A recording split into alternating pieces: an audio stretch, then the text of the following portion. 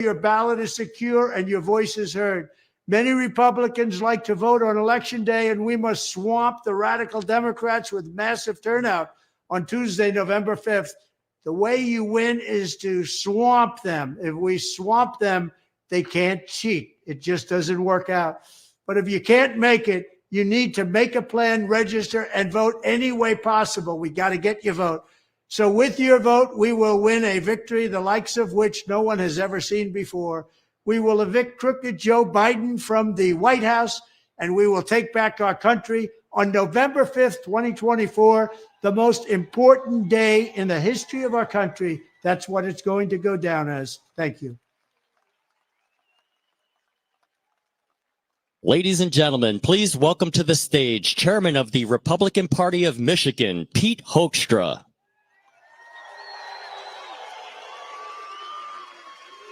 Hey, thank you.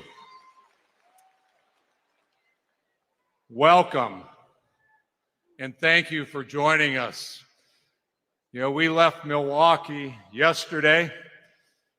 We left as a party that is united. We left Milwaukee as a party that is having fun. And we left Milwaukee as a party that is committed to winning in November.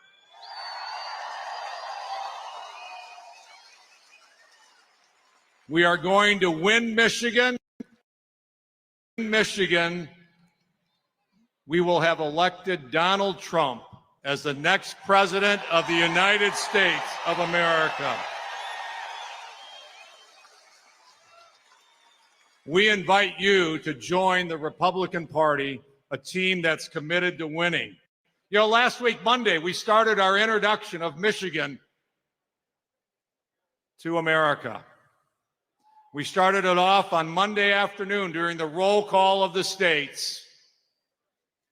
And we introduced Michigan as the home of the National College Football Championship team, the University of Michigan. Sadly, we also had to introduce Michigan to America as the home of the worst governor in the United States of America.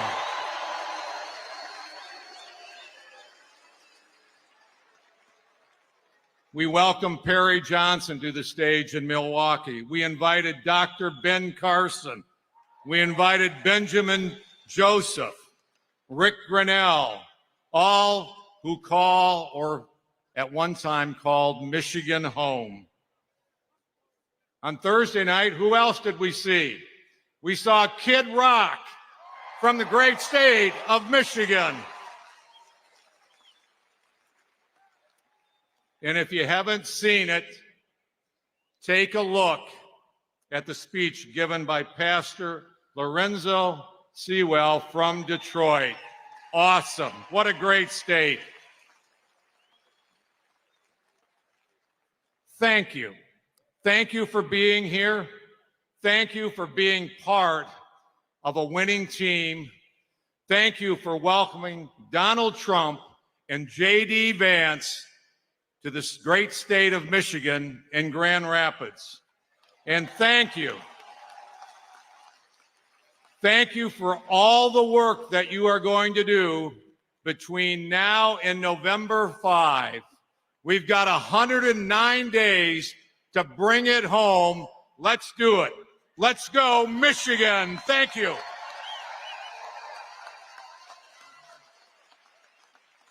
Ladies and gentlemen, please welcome Congressman Tim Walberg to lead us in today's invocation.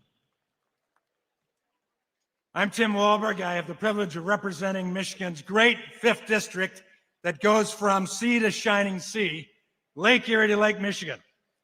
I also have the privilege of being the border wall from Buckeyes. Except for J.D. Vance. We'll be glad to have him here today. Let me bring this to you as we consider prayer. Some people have asked me why I wear Trump 2020 here. Well, the job wasn't finished in 2020. And as a member who voted to object to electors subsequent to that election, I want it to be finished. Last week, almost this very time 1 week ago, we almost lost Donald J. Trump, the next president of the United States. If you don't believe that God intervenes in the affairs of men, then I'd like to ask you to reconsider. How many of you here believe in God? Raise your hand. How many of you believe that he listens to prayer? Raise your hand. It's close to 100%. I would hope that those that weren't able to raise their hands would at least give a chance to see what God can do through a people committed to his principles. And so, having said all of that, let's pray.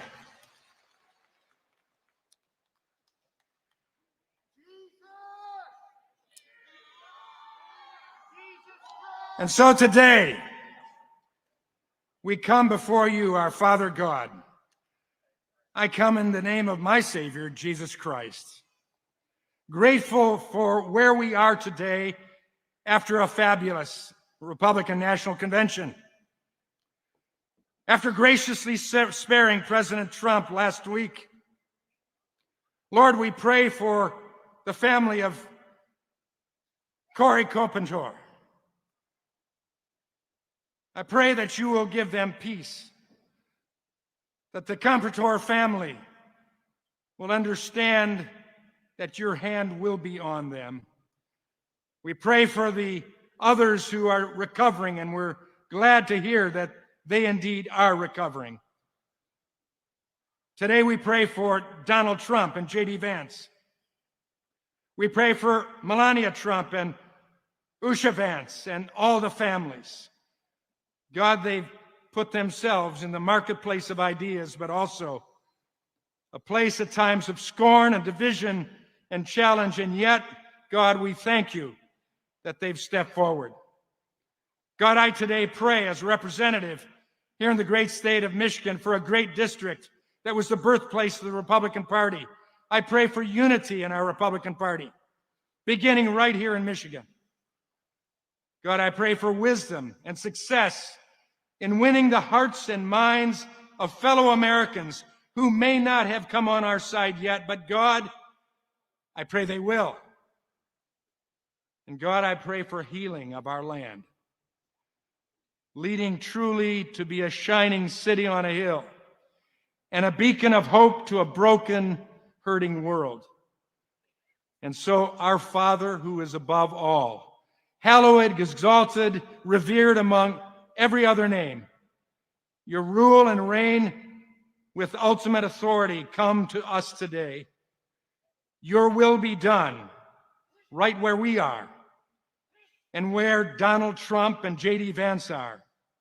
As it is in your seat of authority, give us this day all we need for our strengthening and resolve, and forgive us our faults and errors, and yes, our sins, as only you can enable us to forgive others. Do not lead us into any enticement to deviate from your authority, but deliver us from evil and its forces, for yours is the kingdom and the power and the glory forever. Amen.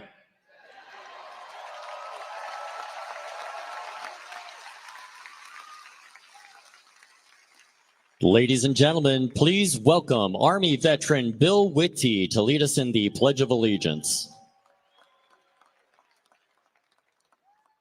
Please remove your hats and hand over heart. I pledge allegiance to the flag of the United States of America and to the republic for which it stands, one nation, under God, indivisible, with liberty and justice for all. Thank you.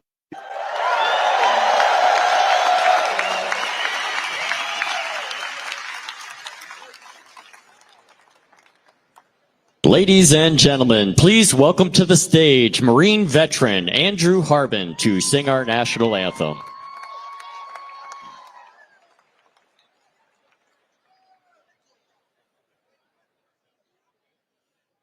Oh, say, can you see him by the dawn's early light? What so proudly we hailed at the twilight's last gleaming, whose broad stripes and bright stars through the perilous fight. Oh, the ramparts we watched were so gallantly streaming, and the rockets' red glare, the bombs bursting in air, gave proof through the night, and that our flag was still there. Oh, say does that star-spangled banner yet wave o'er the land of the free and the home of the brave.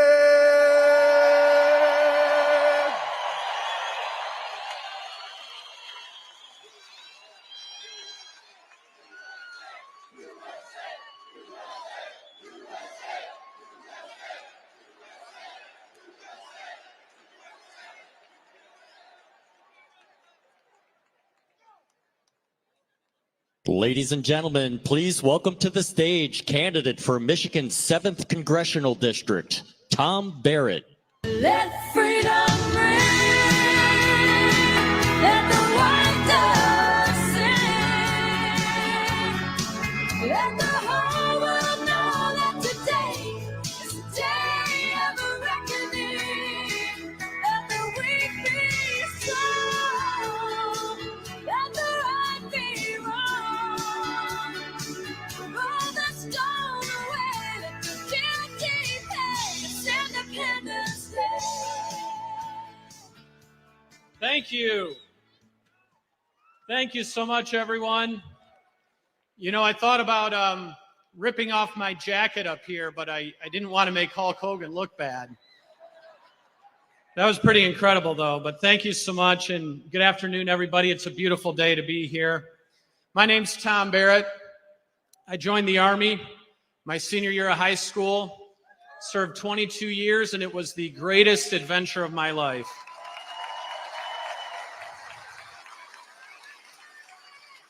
I'm an Iraq War veteran and running for Congress in Michigan's 7th Congressional District, just down the road from us here.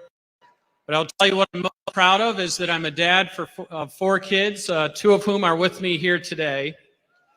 And this district where I'm running is ranked as the most competitive and consequential congressional district in America. So no pressure on me, I guess. I'm proud to be endorsed by President Trump, and I am proud and thankful that he chose J.D. Vance as his running mate, a fellow post 9/11 veteran who will finally give our generation a voice in America's foreign policy. You all know just how bad Joe Biden has made it when the Army guy and the Marine are on the same page.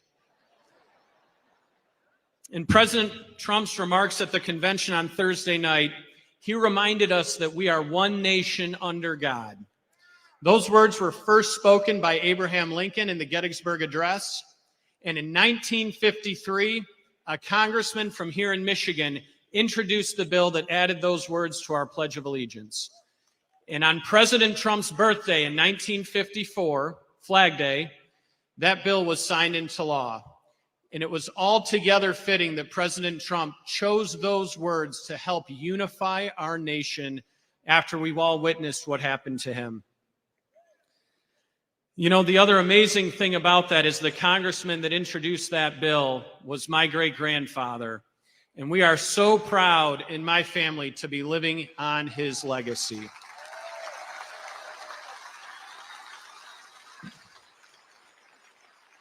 You all know how important this election is. We do not have a lot of last chances left. We have to elect President Trump and Senator Vance, return them to the White House, elect a Republican majority in the House of Representatives and the United States Senate, secure our border, protect our neighborhoods, back our police, and finally put our foreign adversaries back in check where they belong.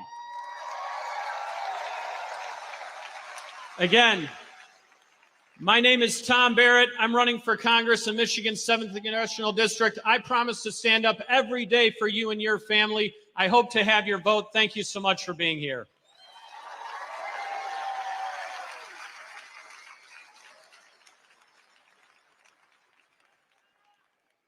Ladies and gentlemen, please welcome to the stage Congressman Jack. And if you're not a Michigander today, you're going to be a Michigander because we got one of the greatest states in the country. And we got plenty of room for you to move to. And we're going to have more jobs. Okay, if you're from the 1st Congressional District of Michigan, give a shout out. And if you're from the UP, give a shout out. All right. We had a term in the Pentagon called BLUF, B-L-U-F, bottom line up front. So let's start with that. We are all here today for the same reason, to fire, I repeat, fire Joe Biden and Kamala Harris.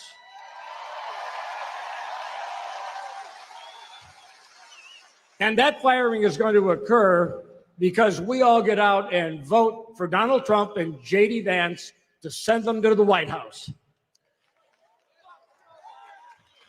Let's talk a little bit about what's at stake this year. Our border is a crisis. And let me be clear, this is Joe Biden and Kamala Harris's disaster. The supposed border czar hasn't lifted a finger, and over the course of Biden's presidency, he has let in around 8 million illegals through our broken border. That's basically the entire population of Michigan minus Oakland County. This didn't happen by accident. They know that President Trump's border policies were working, but on day one, Biden ended every policy that was working. It's time to send President Trump back to Washington and secure our border once and for all. Globally, I am confident that President Trump will usher in brighter days for our nation and our allies. We will create peace through strength. We will stand with our allies. We will rebuild our military, take care of our veterans, and restore our role as the greatest military power the world has ever seen. The world will once again know that there is no greater ally and no fiercer enemy than the United States of America. And here's what I know for sure. When President Trump sets his mind on doing things, they get done. He promised us in Michigan that he'd build a new Sioux Lock. And following his aggressive prompting, the project is well underway. He promised to secure funding for the Great Lakes, and he made sure it happened. He promised us that we were going to provide real choice for our veterans, their families, and he stuck with it and got it done. President Trump has promised to secure our border, cut inflation, and usher in renewed American greatness. You can count on Donald J. Trump to make America great again. God bless you all. God bless America. Thank you.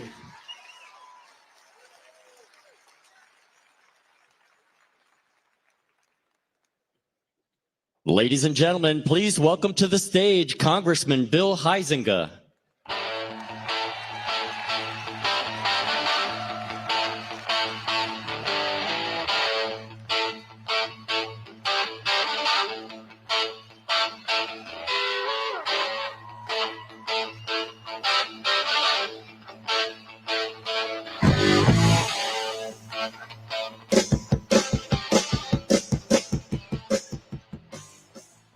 like a little Ted Nugent. Keep going. That's good stuff.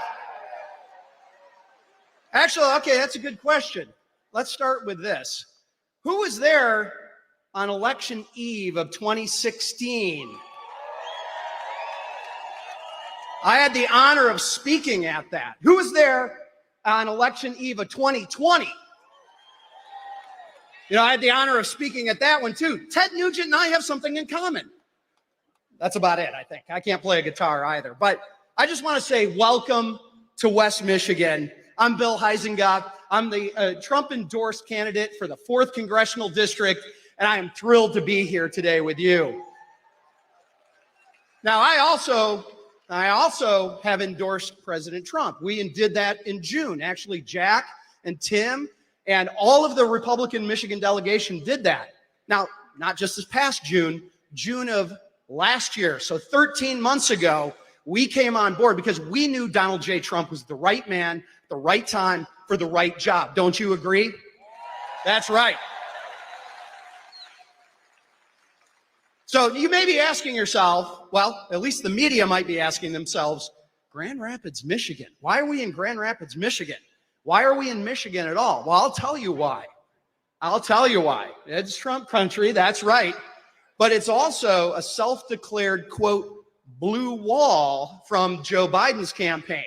Well, guess what? Joe Biden, just like Hillary Clinton in 2016, is going to find out that that blue wall here in the Midwest, in Wisconsin, Michigan, and Pennsylvania, that wall is crumbling for them like a cookie, and it's going in for Donald Trump.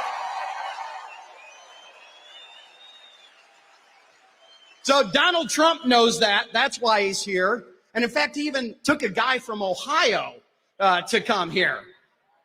Okay, pause for boos from the Michigan fans. I know. Now, but we're making progress, folks. We're making progress. J.D. Vance did admit he needs Michigan. Now, that might be the first time we've seen that from a person from Ohio, but we know that Michigan is part of this because guess what? The road to the White House runs through Michigan. And what happens when we deliver Donald Trump at 1600 Pennsylvania Avenue, we have to make sure there's 2 other allies there.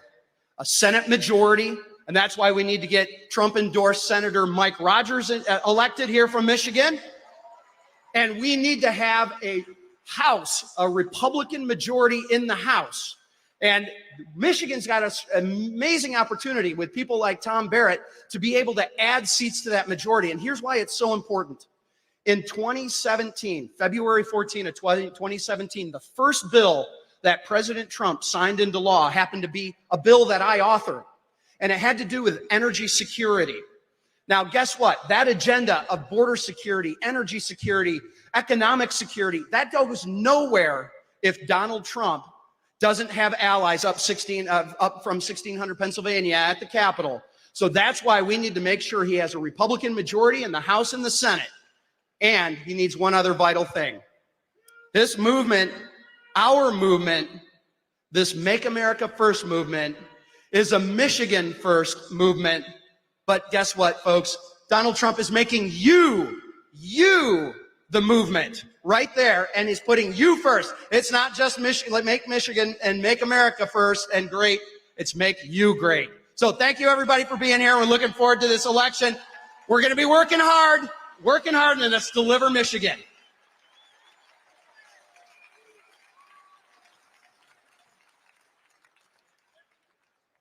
Ladies and gentlemen, please welcome to the stage Congressman Brian Mast.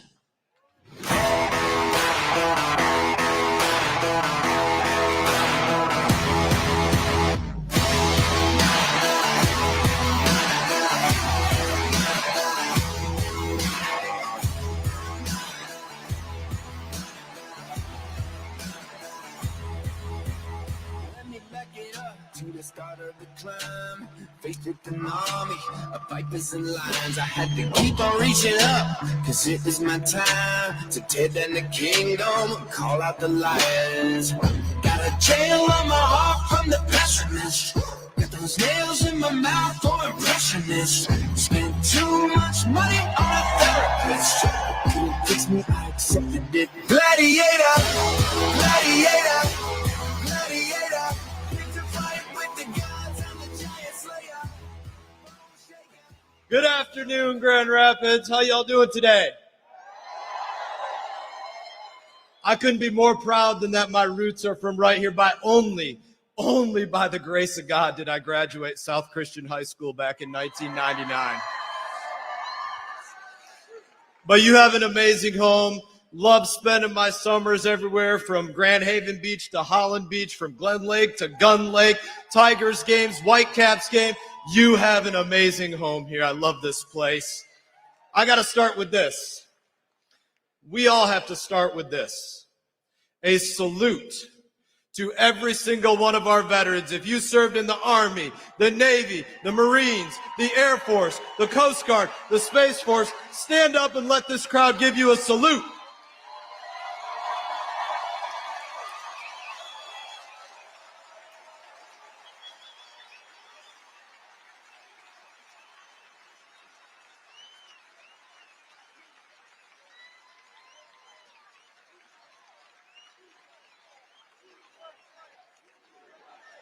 USA, USA, USA.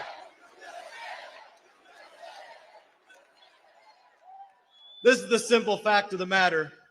There is only one person in this race that is fighting to make America worth the sacrifice of each and every one of those veterans, and that's Donald J. Trump.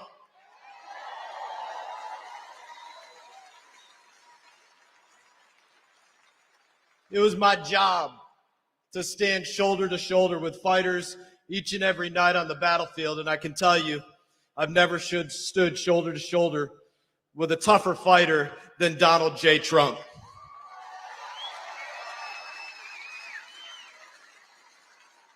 For those of us that go out there night after night and risk our lives on the battlefield, the fact of the matter is, you can only do it for one reason and one reason alone, and that's because you believe that the cause that you are fighting for is more important than your own life.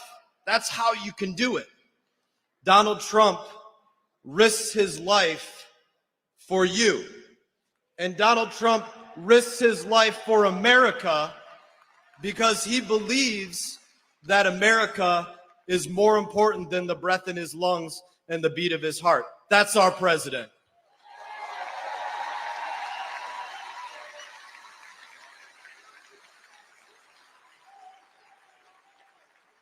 So to all of you, when you cast your vote for Donald J. Trump and J.D. Vance,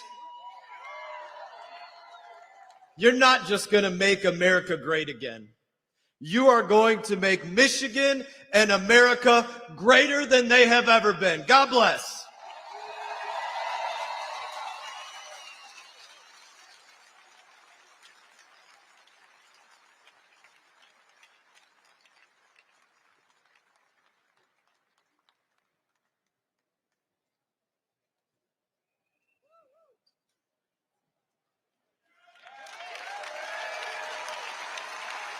Ladies and gentlemen, please welcome the next Vice President of the United States, Senator J.D. Vance.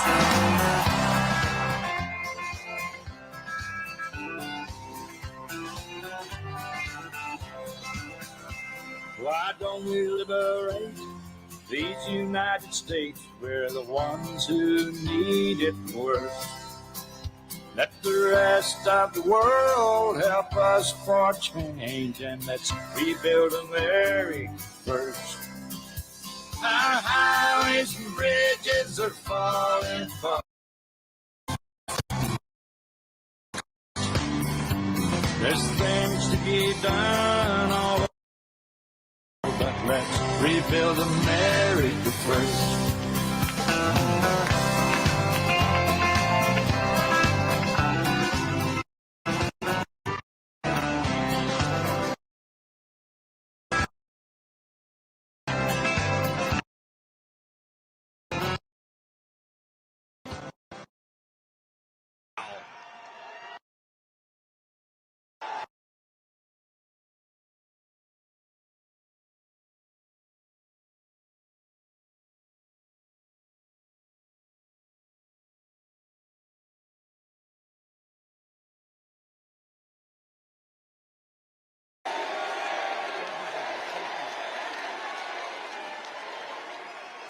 Well, I got to come to Grand Rapids more often. Wow.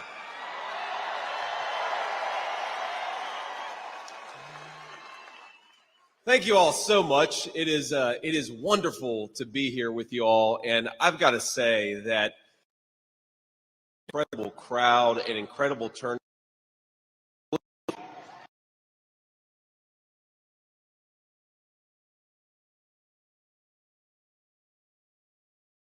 An assassin tried to take Donald Trump's life. Crowd in Michigan campaign trail.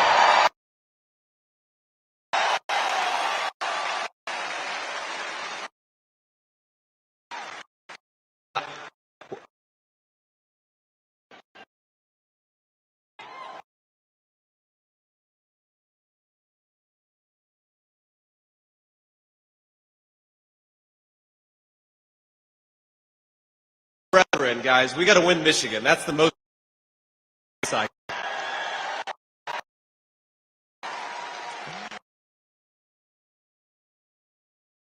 Such an incredible, a blessed week. What a cool thing.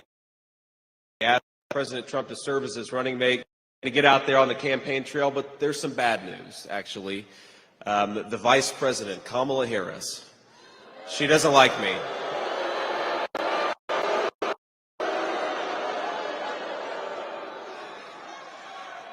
Kamala Harris said something to the effect that I have no loyalty to this country.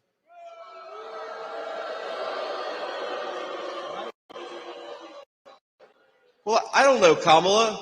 I did serve in the United States Marine Corps and build a business. What the hell other than collect a check?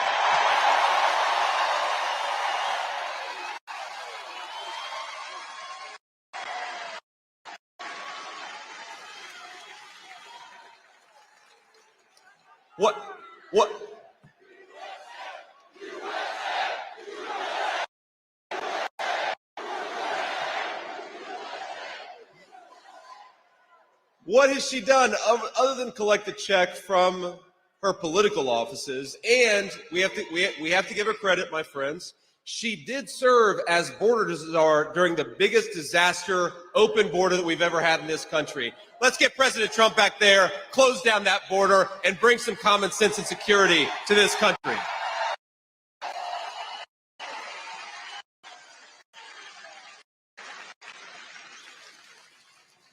Now, I don't know if you all watched the RNC convention, but some of you may not know me. We had a good time. We had a good time. But those who haven't, I am just to be up here. I was born and raised in Southern Ohio. I was to a working class family, and my grandmother and mom struggled with addiction for a big part of my early life. I love Mamaw.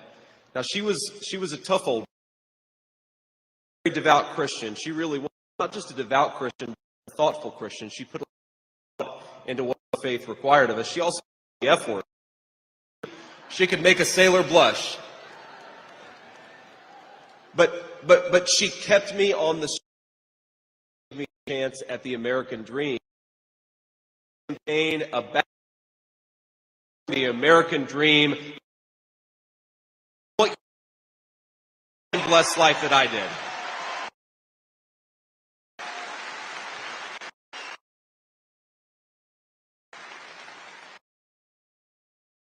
A big belief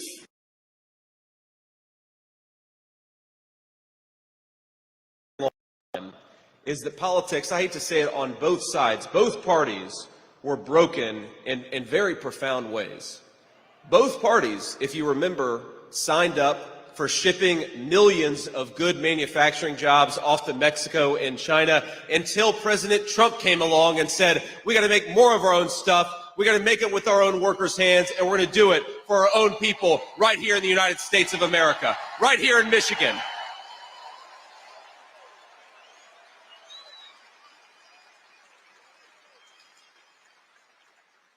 And the thing that is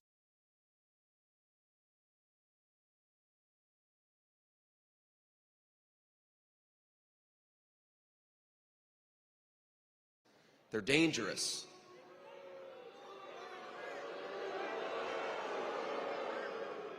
I'm glad you all feel the same way about the media as I do.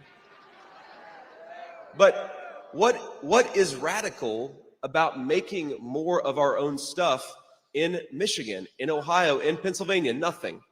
What is radical about telling the drug cartels and the violent gangs across the world, you're not welcome in this country?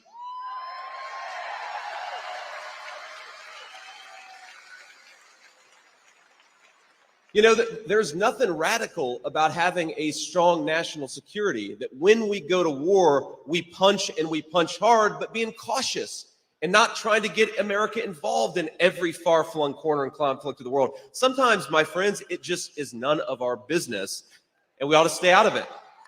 That's not radical, it's common sense.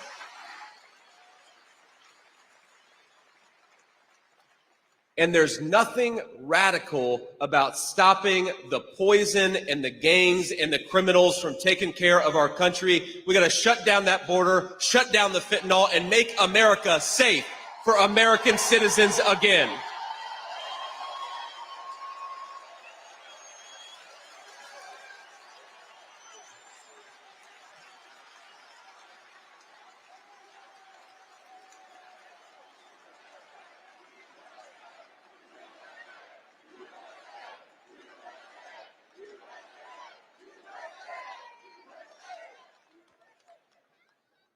I got to be honest, it's still a little bit weird to see my name on those signs. We love you too. Thank you. Such an honor, such an incredible honor. You think about how I grew up, and you think about, nobody in my immediate family had ever gone to college. And here I am getting to represent this ticket in the great state of Michigan, getting an opportunity to earn your vote as the next Vice President of the United States. What a great country this is. Man, I can't get over it.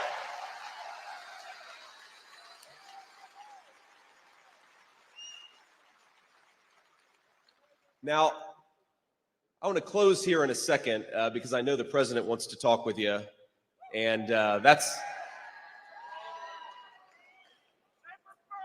Semper Fi. God bless you, sir. And we're gonna fire this crowd up, and the president's going to do a great job. So I'm going to be out here, I think, in a second to introduce him. But I'm sure each of you had your own favorite moment from the convention, and of course, my most favorite moment, the moment that really brought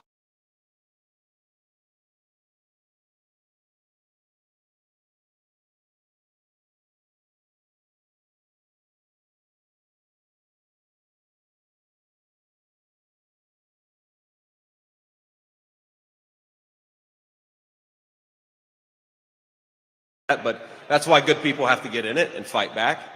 But she just did such a good job, and everybody was so welcoming. But there was one part of the convention that that really stood out to me and really broke my heart. I don't know if you watched it. I believe that it was on Tuesday night, and there was a young woman. She was probably about my age, about 40, and she was beautiful and had this very, very handsome son who had lost his life to a fentanyl overdose. And can you believe it? Can you believe the heartache? So many of us could never, hopefully, never feel that pain and never know what it's like to lose a child, especially a child that young. But I watched her words, and they were so profound and powerful. And if you haven't seen it, you didn't get a chance to watch it, I'd encourage you to go and watch it, because what she said was really incredible. And I heard that there were people who were being mean to her online, saying, well, your son shouldn't have taken something to begin with. And I thought, how unbelievably despicable that is. But more importantly, I thought about this as the father of 3 young children. We've got 3 kids, a 7-year-old, a 4-year-old, and a 2-year-old. And by the way, they're out enjoying Grand Rapids right now. My wife took them out on the town, and they're going to have a good day today.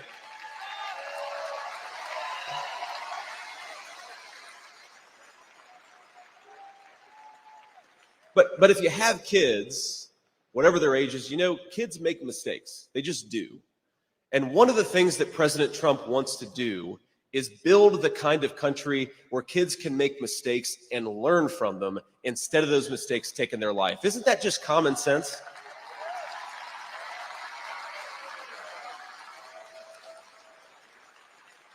President Trump wants to make our streets safe enough that your kids can make a mistake without it ruining their life. He wants to make our economy strong enough so that you can maybe start a business or start another job, where doing and getting a second chance is not something that only happens to the lucky or to the privileged few, but happens to everybody who works hard and plays by the rules.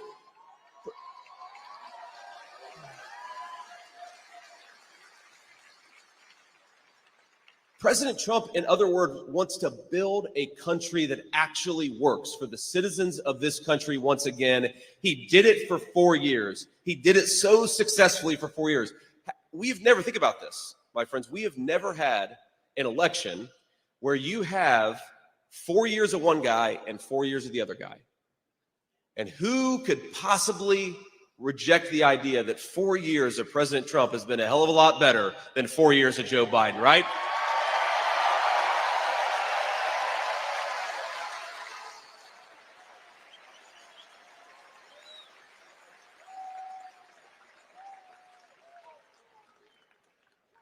That's right. And we've got an opportunity to do it. We've got an opportunity to win a lot of races up and down the ballot, to re-establish American dominance in energy, to drill, baby, drill, and kick out the drug cartels of our country.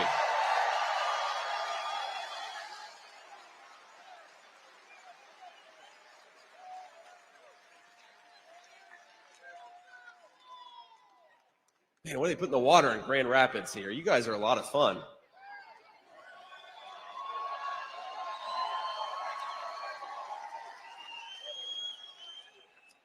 But I want to thank you from the bottom of my heart for giving me such a warm welcome, for giving me and President Trump the opportunity to win your vote, for working so hard over the next 4 months, because we want an America that works for Americans, and the only way to do it is to re-elect Donald J. Trump, President of the United States.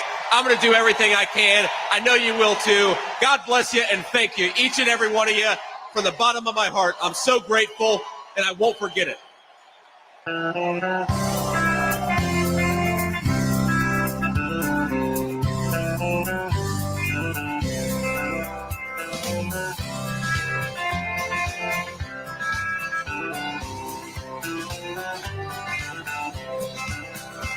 Why don't we liberate these United States? We're the ones who need it worst.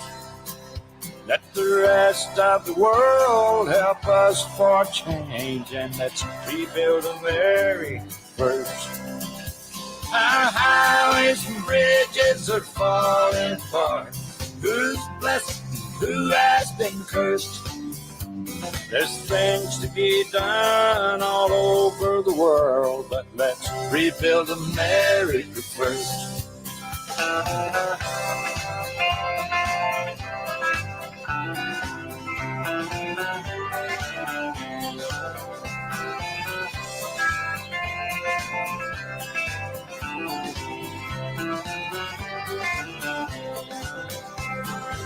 Who's on the hill and who's watching the valley? Who's in charge of it all? God bless the army and God bless our liberty. That comes the rest of it all. Yeah, men in position are backing away. Freedom is stuck in reverse. Let's get out of Iraq, get back on the track, and let's rebuild America first.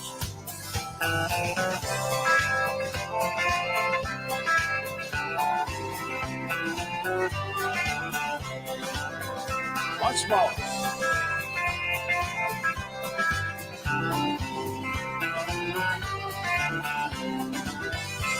Why don't we liberate these United States? We're the ones who need it the most. You think I'm blowing the smoke? Boys, it ain't no joke. I make 20 trips a year from coast to coast.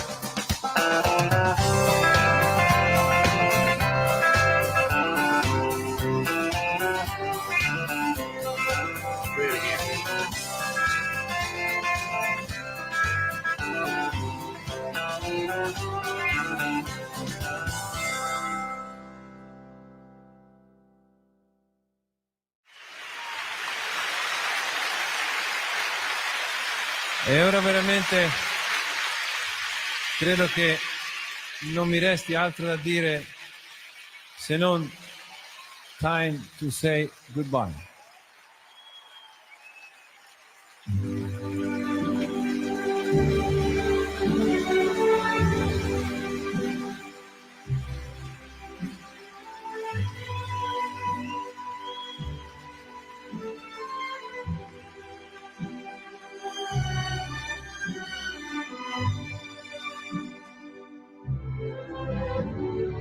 Quando sono solo sogno l'orizzonte e mancano le parole.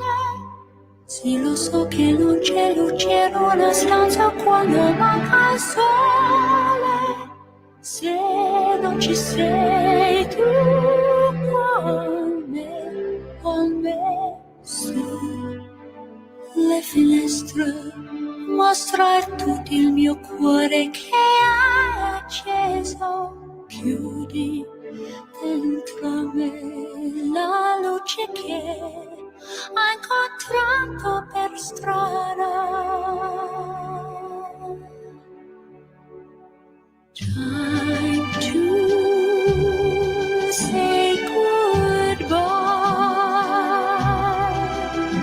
Paesi che non ho mai veduto e vissuto con te. Adesso sì li vivrò con te. Partirò sulla per mari che io lo so non esistono più. It's time to say goodbye. Quando sei lontana sogno all'orizzonte e manca le parole. Io sì lo so che sei con me, tu mia luna, tu sei qui con me. Io sole, tu sei qui con me, con me, con me, con me. Time to say goodbye. Paesi che non ho mai veduto e vissuto con te. Adesso sì li vivrò con te. Partirò su navi per mari che io lo so non esistono più. Con te io li vivrò, con te partirò su navi per mari che io lo so non esistono più. Con te io li vivrò, con te partirò.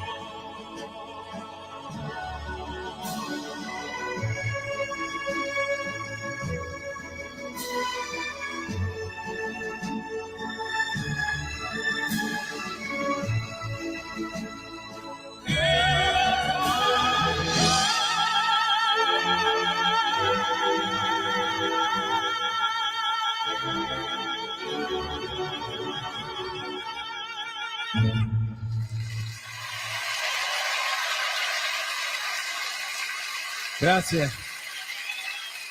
Io vorrei il maestro Candrelli qui, tutti i miei amici, e vorrei qui anche l'infaticabile Veronica che è stata al mio fianco davanti e dietro sempre per questa avventura. Comunque tutti coloro che sono stati con noi possono venire sul palco qui. Grazie.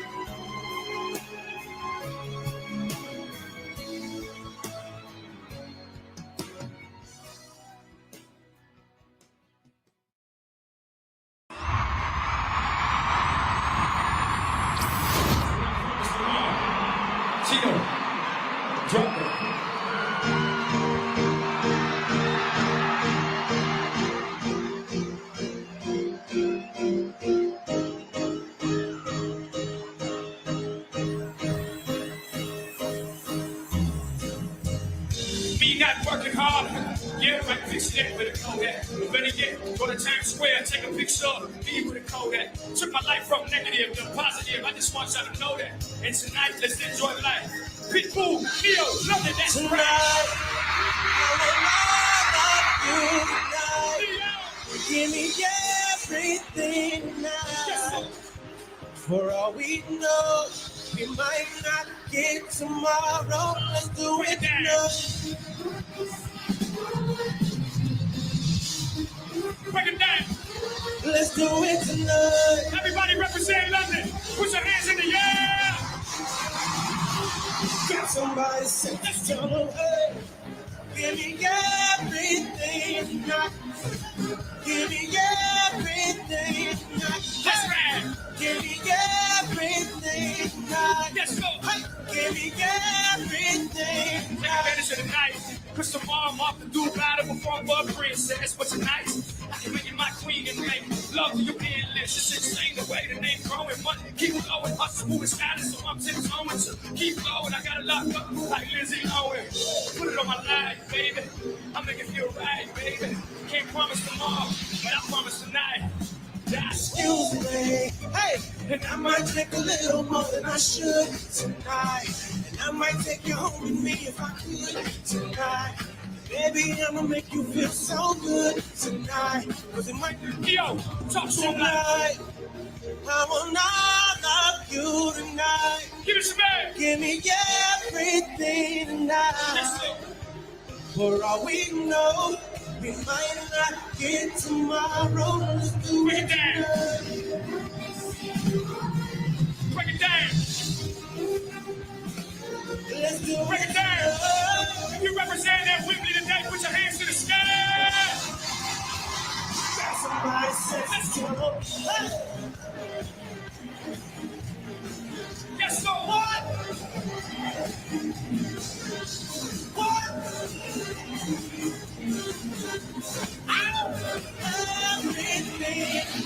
Stars. And if you don't grab them, it's on top of the world. Think about it. It's if they slip on top of their girl. When I'm ball when it's deeper than the mace. Baby, and it ain't no secret. My family's from Cuba, but I'm in America. Not a few money like secrets. Put it on my life, baby. I make it feel right, baby. Can't promise tomorrow, but I promise tonight. Excuse me, but I might drink a little more than I should tonight. And I might take you home with me if I could tonight. Baby, I'ma make you feel so good tonight. Yo, might not, hey, talk to him like. What's man? Hey, for all we know, we might not. Break it down. That's what I'm talking about. Break it down. Break it down.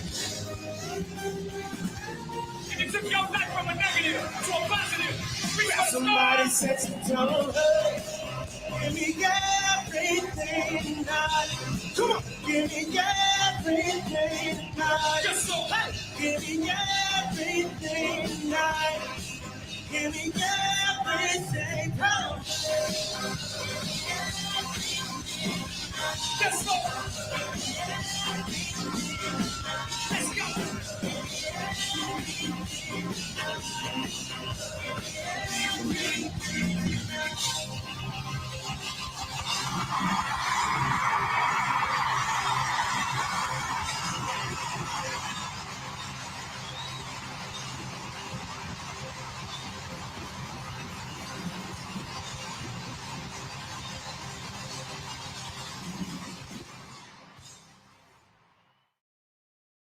From the very first day that we take back the White House from crooked Joe Biden, the worst president in the history of our country, I believe that we're going to have 4 of the greatest years in the history of our country. I will once and for all secure our elections. We're going to go to paper ballots. We're going to have same-day voting, voter ID. We're going to do it properly. We're going to have good, secure, beautiful elections. We never want what happened in 2020 to happen again. But until then, Republicans must win. And we must use every appropriate tool available to beat the Democrats. They are destroying our country. Whether you vote early, absentee, by mail, or in person, we are going to protect the vote. That's the most important thing we have to do, is protect the vote. Keep your eyes open, because these people want to cheat, and they do cheat. And frankly, it's the only thing they do well. We will make sure your ballot is secure and your voice is heard. Many Republicans like to vote on Election Day, and we must swamp the radical Democrats with massive turnout on Tuesday, November 5th. The way you win is to swamp them. If we swamp them, they can't cheat. It just doesn't work out. But if you can't make it, you need to make a plan, register, and vote any way possible. We got to get your vote. So with your vote, we will win a victory the likes of which no one has ever seen before. We will evict crooked Joe Biden from the White House, and we will take back our country on November 5th, 2024, the most important day in the history of our country. That's what it's going to go down as. Thank you.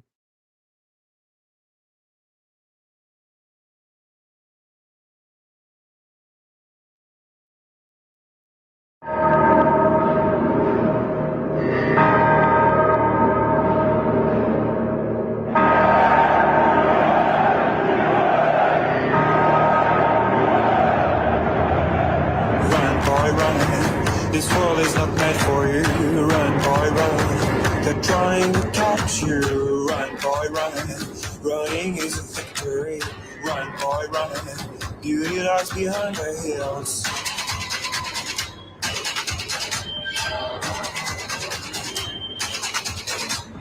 Run, boy, run. The sun will be guiding you. Run, boy, run.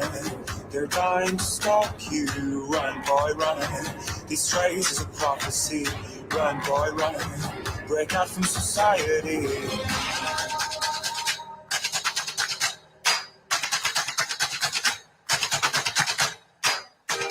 We are one movement, one people, one family, and one glorious nation under God. So with American pride swelling in our hearts and American courage stirring in our souls, I say these words to you tonight. Make America powerful.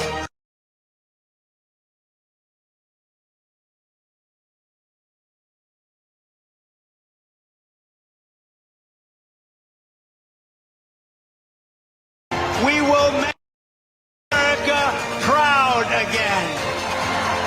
We will make America safe again. And we will make America great again.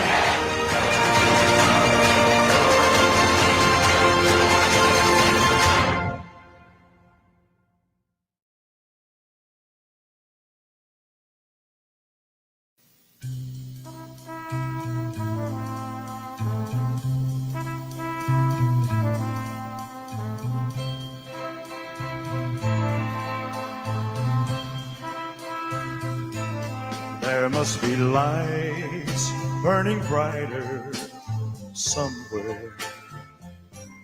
Got to be birds flying higher in a sky more blue.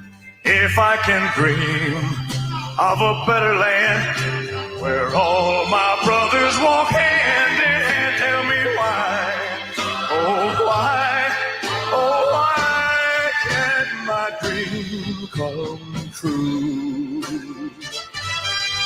Oh why? There must be peace and understanding sometime.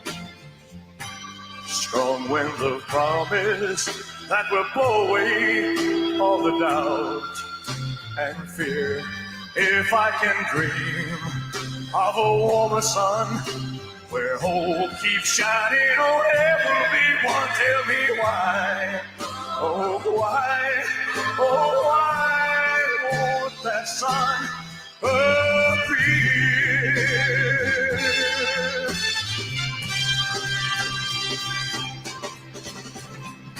We're lost in a cloud with too much rain.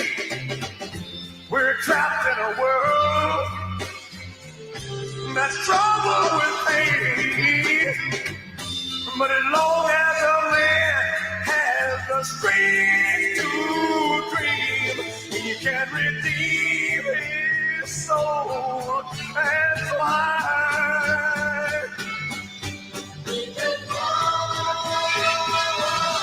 Deep in my heart, there's a trembling question.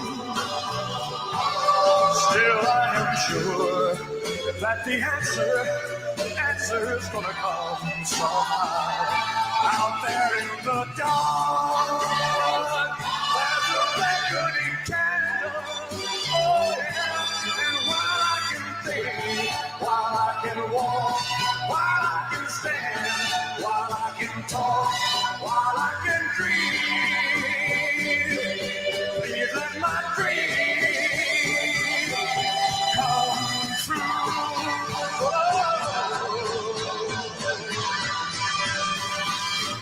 Right now, oh, let it come true right now.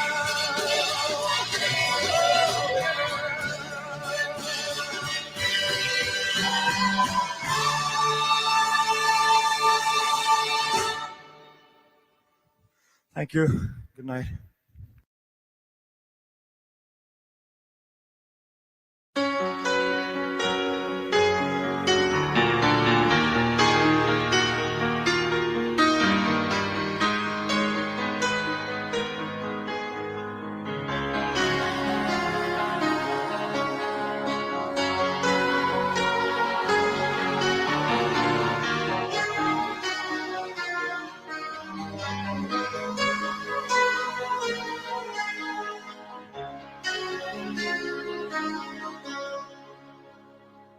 I don't wanna talk about things we've gone through, though it's hurting me. Now it's history. I played all my cards, and that's what you've done too. Nothing more to say, no more race to play. The winner takes it all, the loser standing small beside the victory. That's her destiny. near. I was in your arms, thinking I belonged there. I figured it made sense, building me a fence, building me a home, thinking I'd be strong there. But I was a fool, laying by the rules. The gods may throw a dice, their minds as cold as ice, and someone way down here loses someone dear. The winner takes it all, the loser has to fall. It's simple and it's plain. Why should I complain? But tell me, does she kiss like I used to kiss you? Does it feel the same when she calls your name? Somewhere deep inside, you must know I miss you. But what can I say? Rules must be obeyed. The judges will decide, the likes of me abide. Spectators of the show always stay alone. The game is on again, a lover or a friend, a big thing or a small, the winner takes it all. I don't want to talk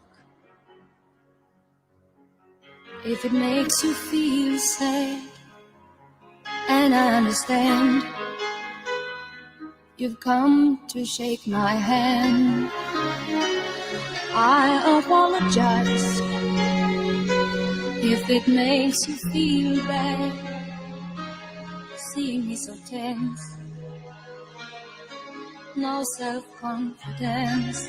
But you see, the winner takes it all.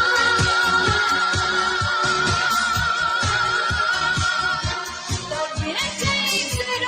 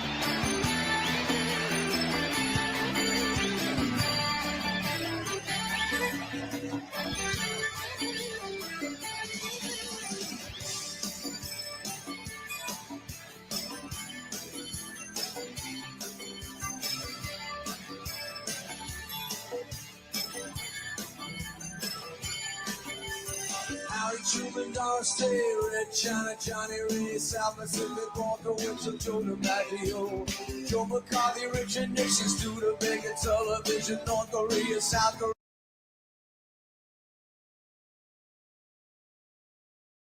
She says I am a goodbye.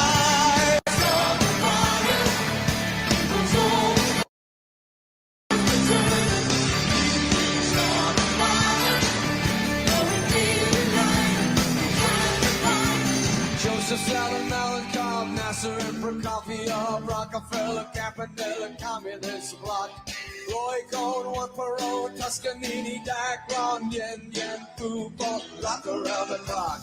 Einstein, James Dean, Brooklyn's got a winning team. Davy Crockett, Peter Pan, Elvis Presley, Disneyland, Marlowe, Budapest, Alabama cruise ship, Princess Grace, Peyton Place, trouble in the sewage.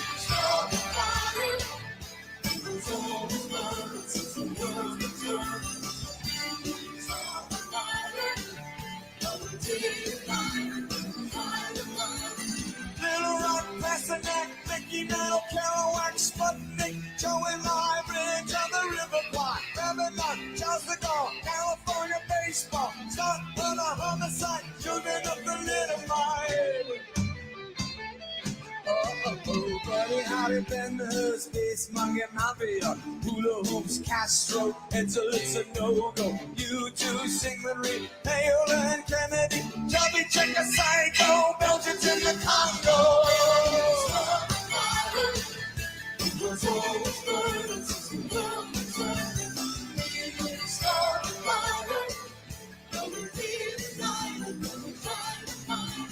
Hemingway, Eichmann, stranger in a strange land, Bill in Berlin, Bay of Pigs invasion, Lawrence of Arabia, British Beatlemania, Ole Miss, John Glenn, Paul, Malcolm X, British politicians, JFK, blown away. What else do I have to say?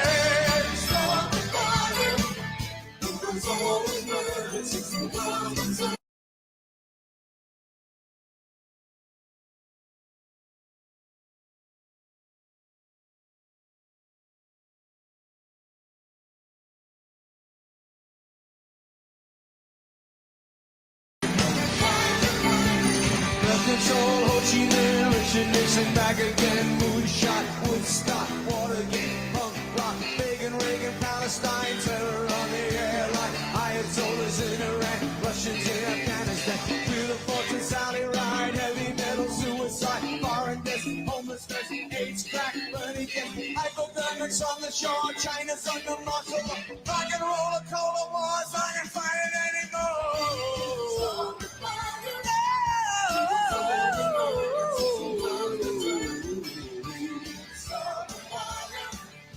When we are gone, still burn on and on.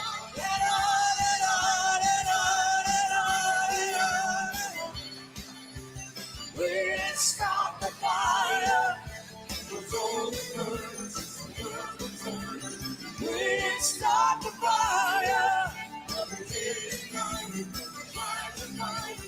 We didn't stop the fire. We didn't stop the fire. We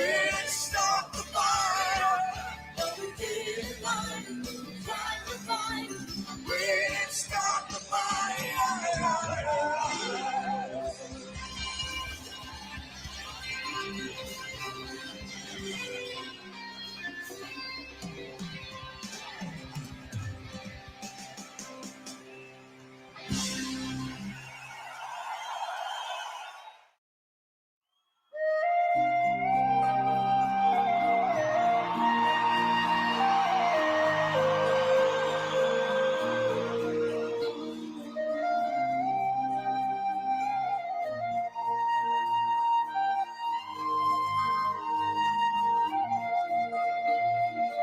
Every night in my dreams, I see you, I feel you. That is how I know you. Go on. Far across the distance and spaces between us, you have come to show you. Go on. Near, far, wherever you are, I believe that's my purpose. Go on. Once more, you open the door and show me in my heart. my heart will go on and on.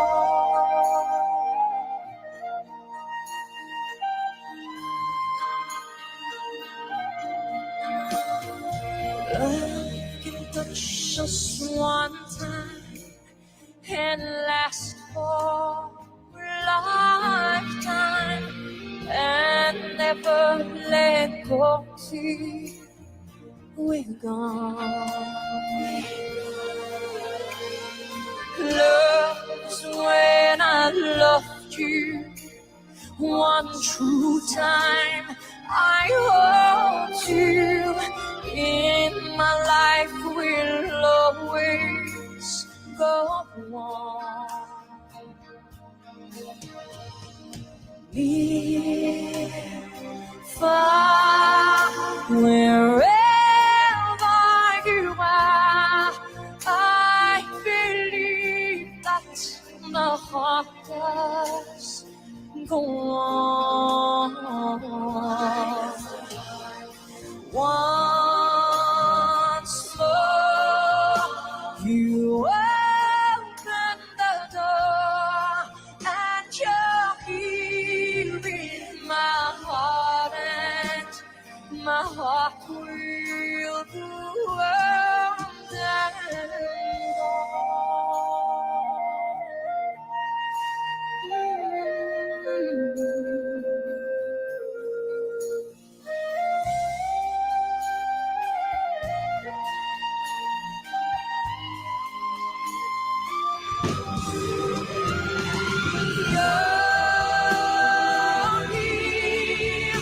there's nothing I fear, and I know that my heart will go on. We'll say forever this way. You are safe in my heart, and my heart will go on and on.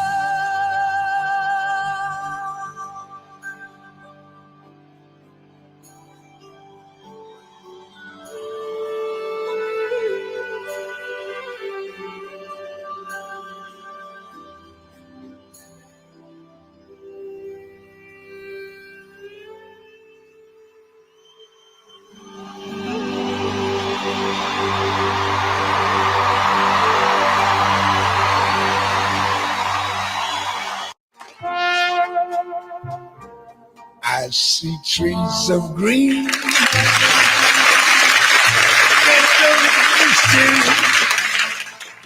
I see them blue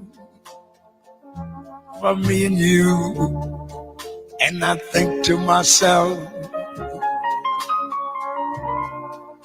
what a wonderful world.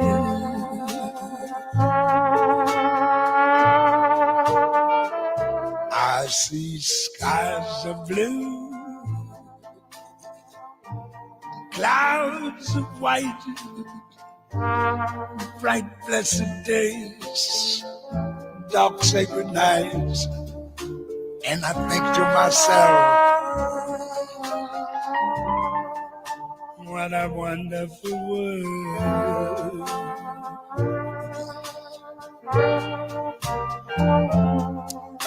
The colors of the rainbow, so pretty in the skies, also on the faces of people going by. I see friends shaking hands, saying, how do you do? They're really saying, I love you. I hear babies crying. I watch them grow. They'll learn much more than I'll ever know. And I think to myself, what a wonderful world.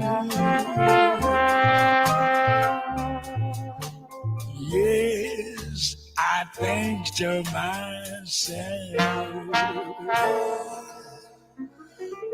what a wonderful world.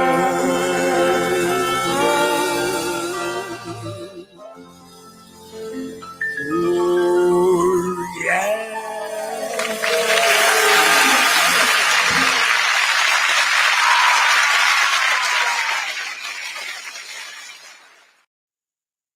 I've been selling my soul, working all day, overtime hours for bullshit pay, so I can sit out here and waste my life away, drag back home and drown my troubles away.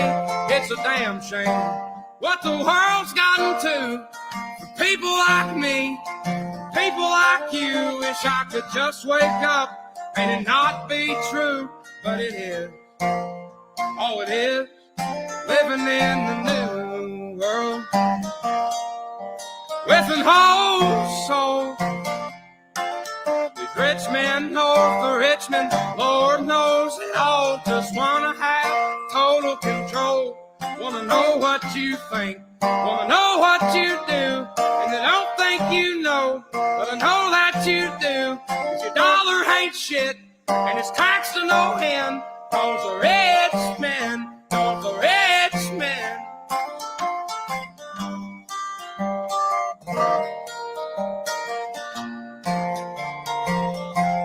I wish politicians would look out for minors, and not just minors on an island somewhere. Lord, we got folks in the street, ain't got nothing to eat, and the obese milking welfare.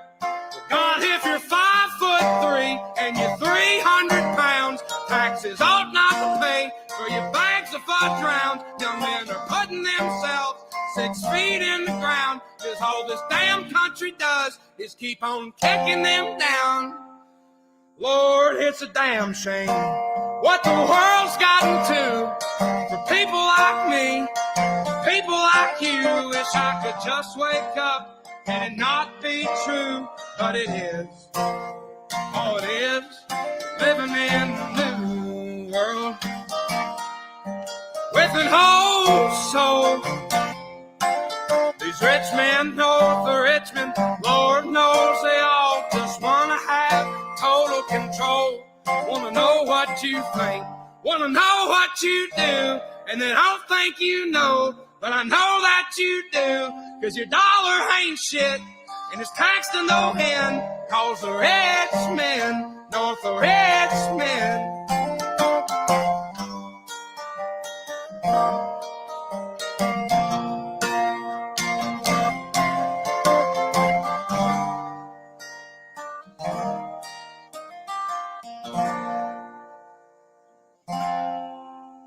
I've been selling my soul, working all day, overtime hours for bullshit pay.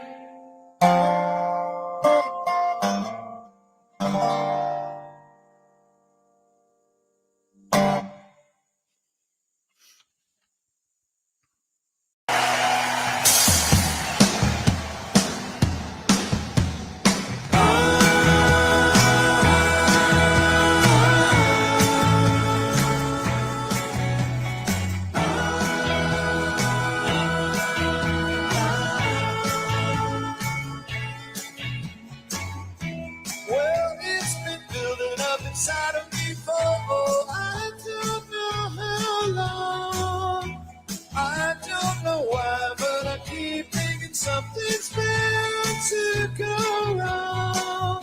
But she looks in my eyes and makes me realize what she says.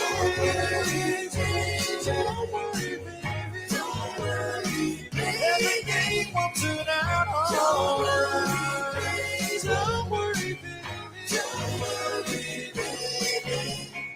Ooh, I guess I should have kept my mouth shut when I started to brag about my car. But I can't back down now because I pushed the other guys too far. She makes me come alive and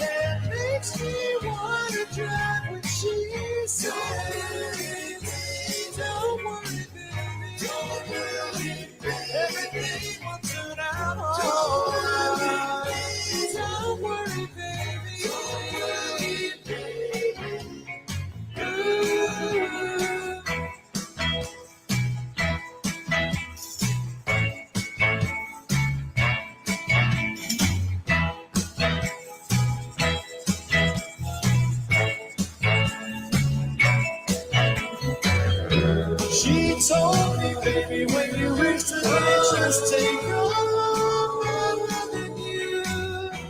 And if you knew how much I love you, baby, nothing could go wrong with you. Oh, what she does to me when she makes love to me and she says, don't worry, baby, don't worry, everything will turn out alright.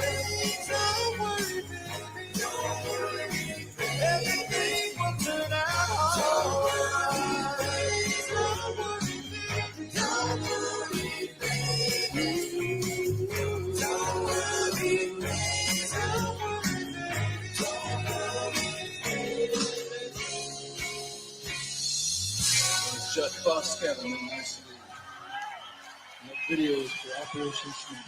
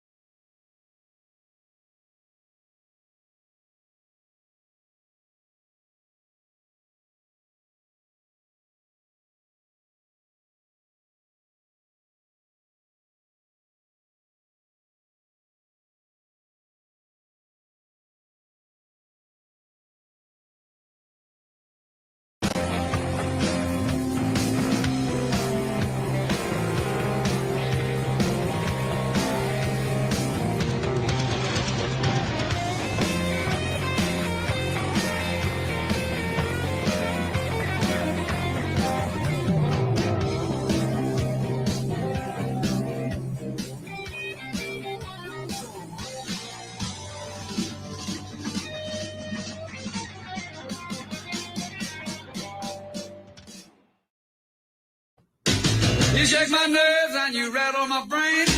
Too much love drives a man insane. You broke my will, but what a thrill. Getting this wreckage and quitting balls of fire. I let you love how I thought it was funny. You came along and you moved, and honey, I changed my mind. Goodness gracious, you quitting balls of fire.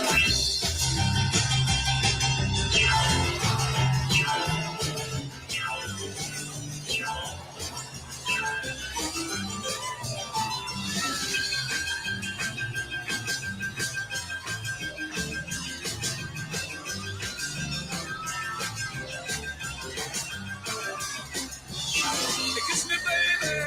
Ooh, feels good. Hold me, baby.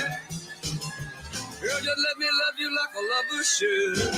You're fine, so kind. I'm under this world that you're mine. I took my nails and I put on this phone. I'm real nervous, but it sure is fun. Come on, baby, you drive me crazy. The goodness gracious, quit balls of fire.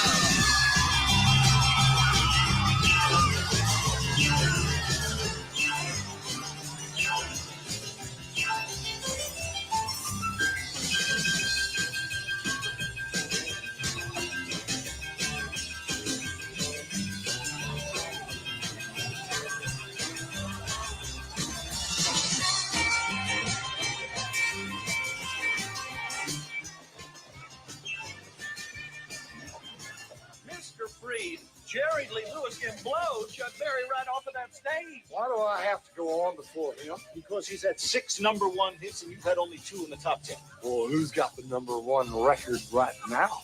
You. My point exactly. He should go on before me. Can't. It's in his contract that he closes a show.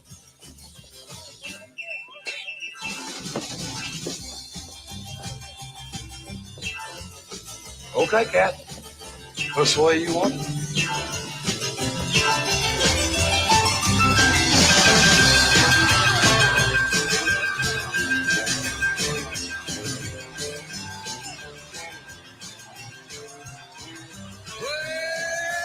Kiss me, baby. Ooh, it feels good. Hold me, baby. I want to love you like a lover should. You're fine, so kind. I got to tell this world that you're mine, mine, mine, mine. I see my nails and I feel on my palm. I'm real nervous because the show is fun. Come on, baby, drive me crazy. Goodness gracious, quit balls of fire.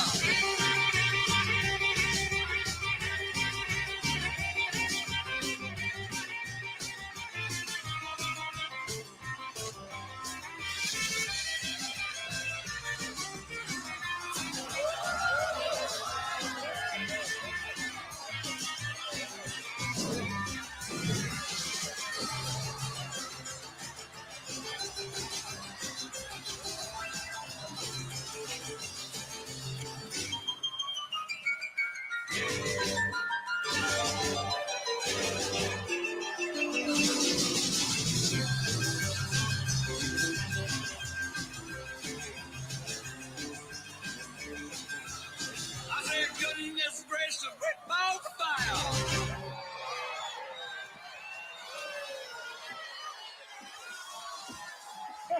Hey. Follow that, killer.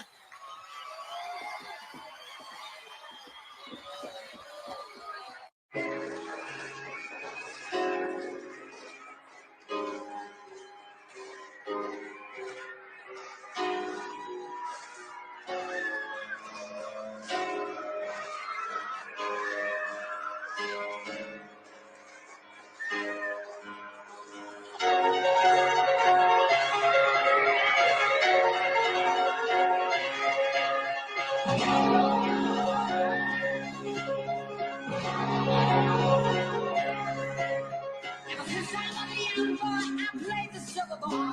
From short down to Brighton, I must have played along. But I ain't seen nothing like him in any amusement hall. Like that down on Brighton Kid. Shout praise to me in town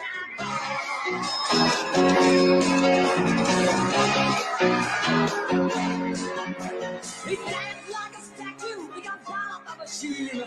Feeling out of bumpers, always playing clean. He plays my intuition, that digit counters fall. That deaf, dumb, blind kid. Shall play the million-pound ball.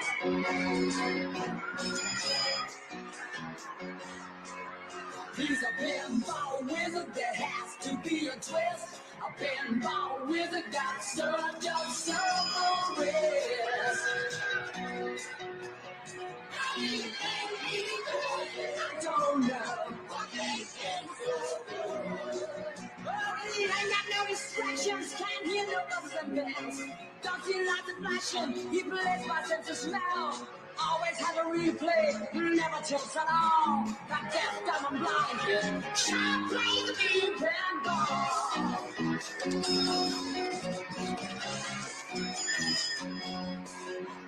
He can't beat me now, I've always been the champ. I know every trick, no freak's gonna be my hand.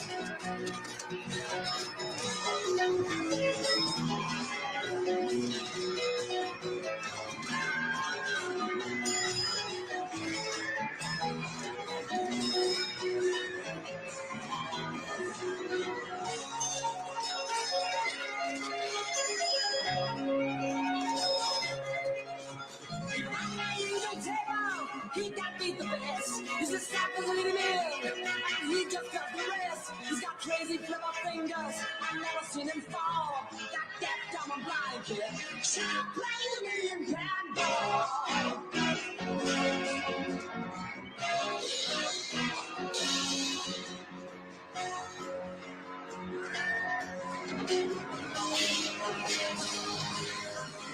He's a pinball wizard that has to be a champ. A pinball wizard that serves you serious.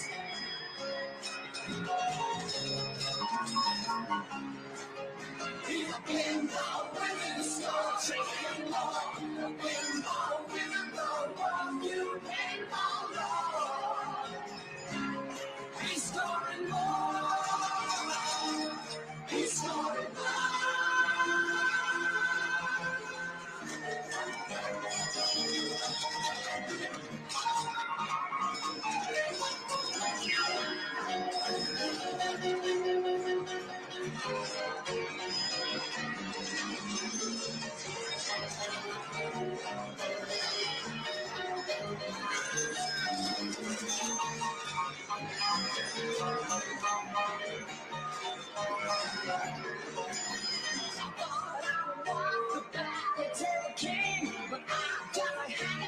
Pinball crown to hell.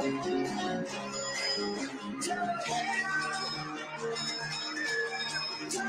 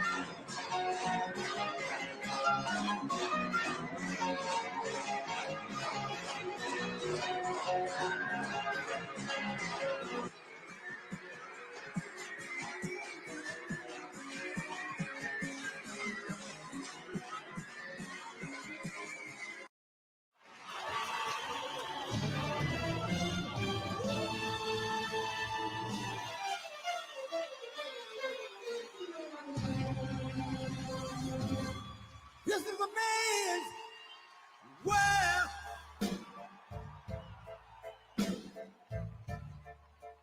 This is a man's world.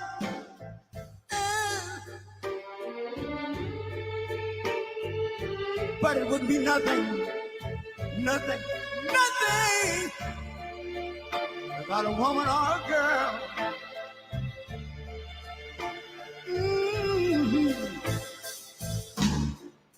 You see, man made the car.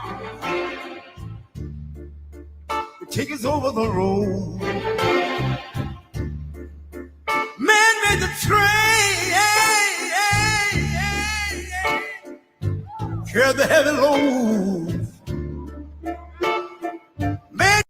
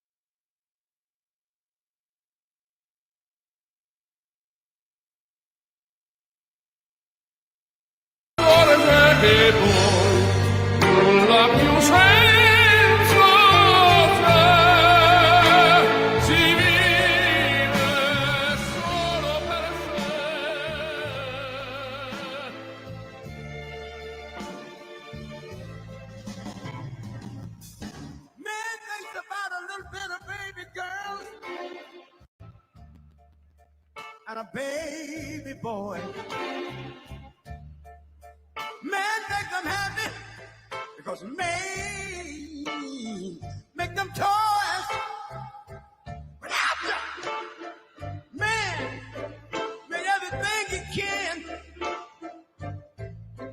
Man, make lira, pesos, dollars, rubles, buy from every good woman and every man. This is a man's world. But when we got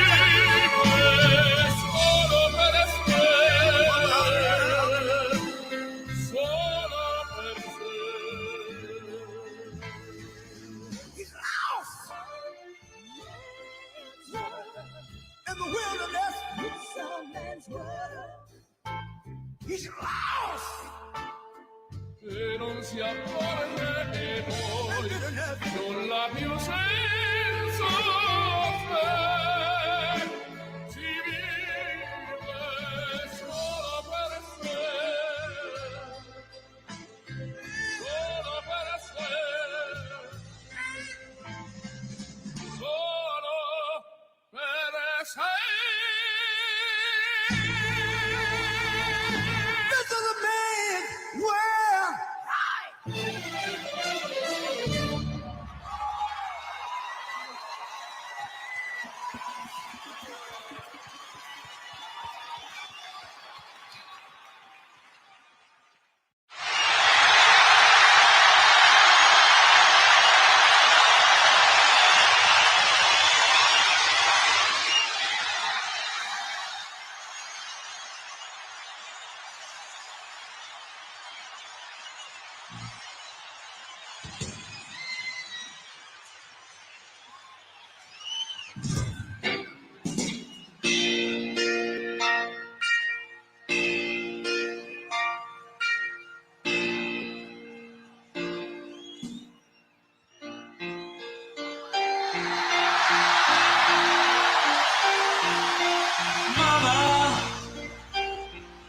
Skill to that, God against his my trigger, now he's dead.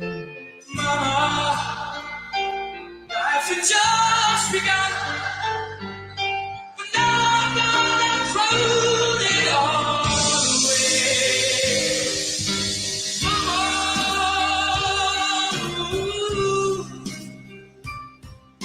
didn't mean to make you cry. If I'm not back again this time tomorrow, carry on, so nothing really matters.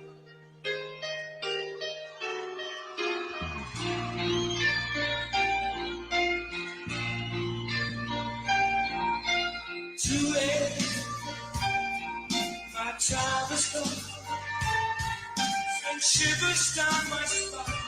Body's aching all the time. Goodbye, everybody. I've got to go. Leave it all behind. I fight for truth.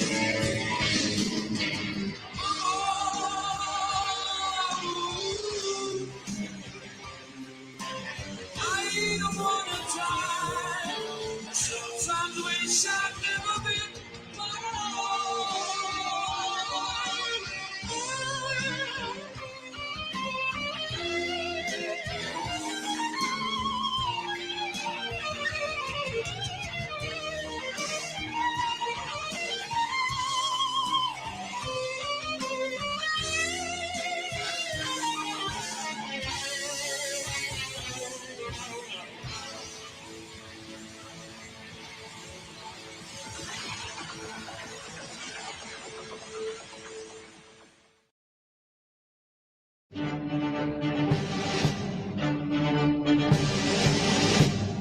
Distinguished guests, the President of the United States. America is a nation that can be defined in a single word. I was When Joe Biden came into office, he inherited success. All Biden had to do was do nothing, just not screw it up. We went from safe streets to record crime. Are you for defunding the police? How are you defining defund the police? We went from $2 gas to $4 gas. We are in the longest sustained period of a wrong track number that high in the history of our poll. We went from stable prices to record inflation. Over $1.3 billion. You can't put two sentences together. After I signed the PAC Act, Ketanji Brown Jackson. Putin's photography. Yeah. He can't find the stairs off a stage when he makes a speech. We have Joe Biden with an open border, a red carpet invitation. If you're a terrorist, come murder Americans here today. Joe Biden came in office and unsecured the border on purpose. I want a number. How many people have you let into this country? You don't know. Does anybody know? None of you know. We're in the middle of a war in this country. It is a war between those of us who love the United States of America and a fringe minority who hates this country and what we stand for. Is the United States safer from foreign terror threats today than when Joe Biden took office? If you took the 10 worst presidents and added them up, they would not have done the damage to this country as Joe Biden has done. Trump handed him an economy on a silver platter. Raise your hand if you think President Trump's policies on the economy would be better for your family. All right, so that is everybody. 2, 10, 12, 15. Whoop, stepping on them. It's black. Anyway. Joe Biden, I don't believe he knows what he's doing. I really don't.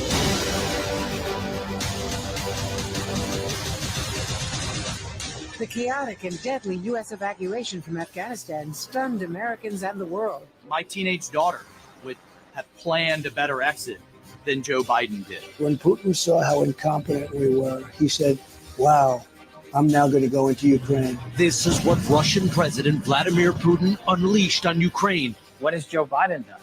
Allowed two wars to start on his watch in the Ukraine and the one in Israel. It is one of the darkest moments of the Biden presidency to date. It's almost like they intentionally tried to set the Middle East on fire. Hamas terrorists went door to door, slaughtering anyone they could find. We're going to end up in World War III because of this guy. He doesn't know what he's doing. Who are you going to vote for? Trump. And why?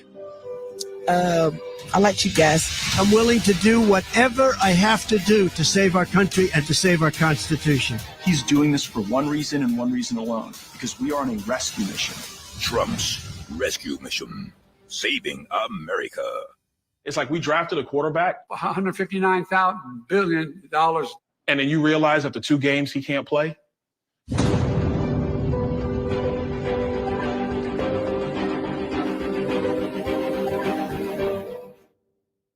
I can see what's happening. What?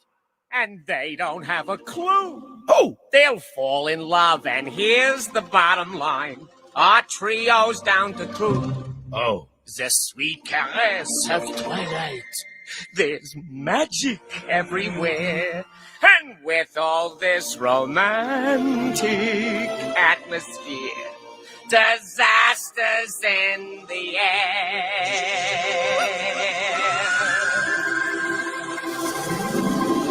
Can you feel the love tonight? The peace the evening brings.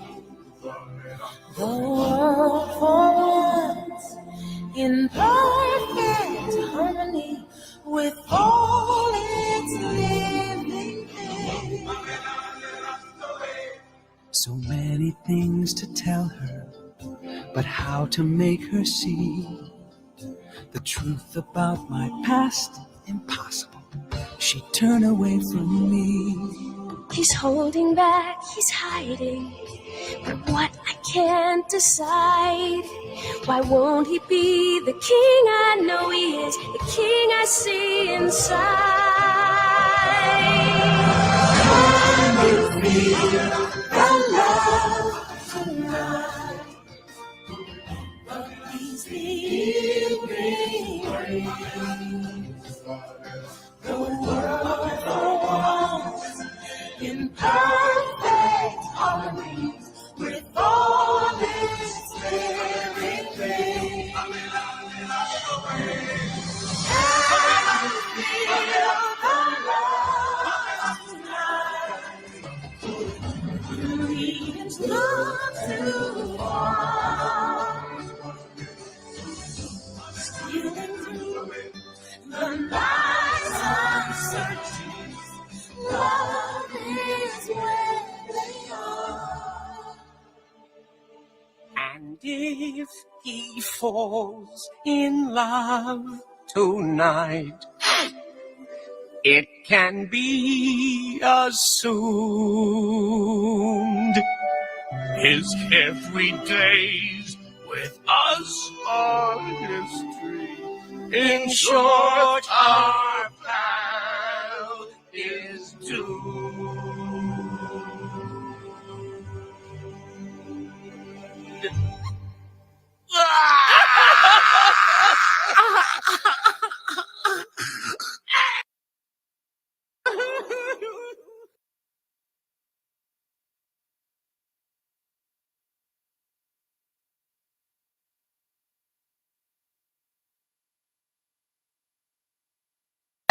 I play the game, and at the scream my name, I will show no shame. I live and die for this, and if I come off wrong, fix you on this.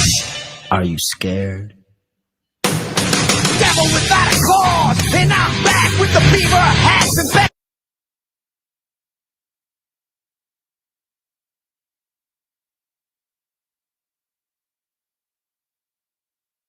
The dab from the I did not stutter when I said that.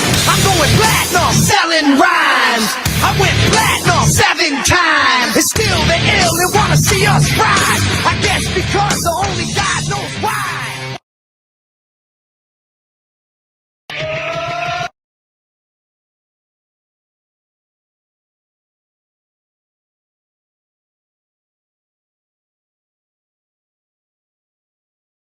Giving it back, so say, hey, hey, show me some metal to say, hey, hey, hey, hey. Fuck all y'all. I like ACDC and C. The Kings.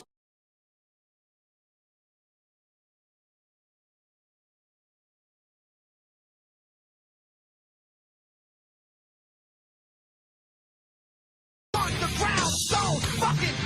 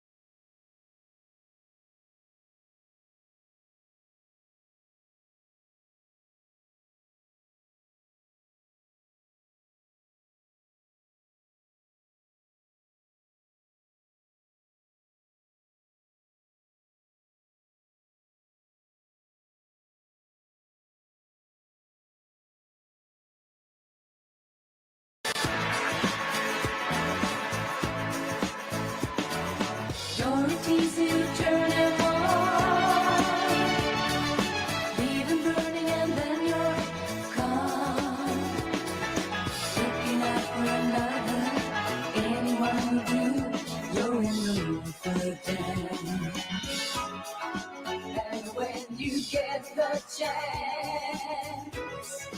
You are the dancing queen, young and sweet, only 17.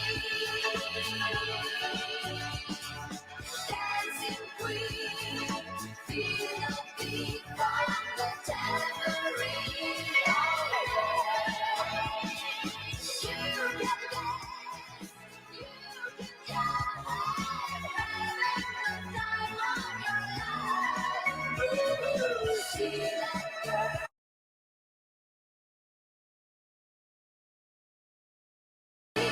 Digging the dancing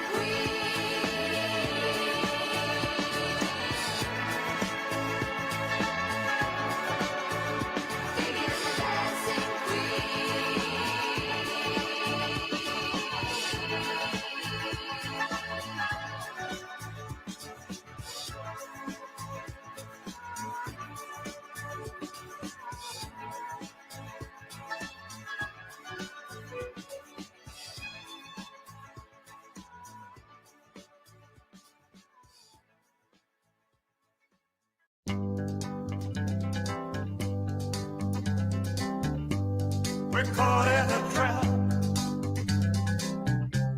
I can't walk out because I love you too much, baby. Why can't you see what you're doing to me? When you don't believe a word I say.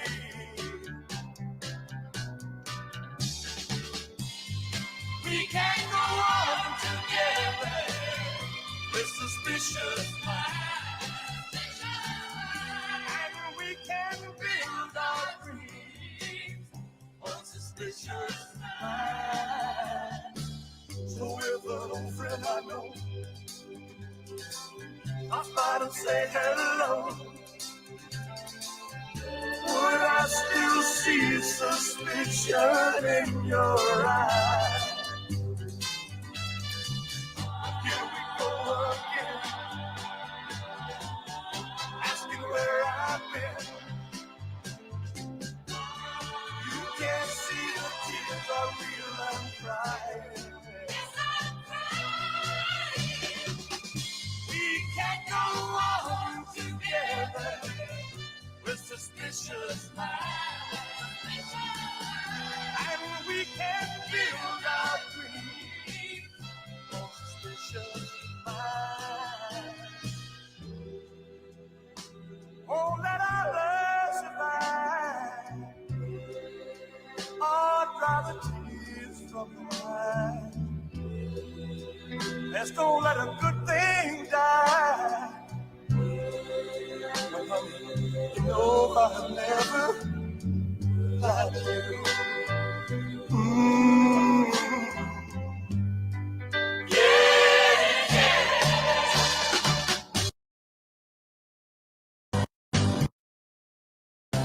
I can't walk out.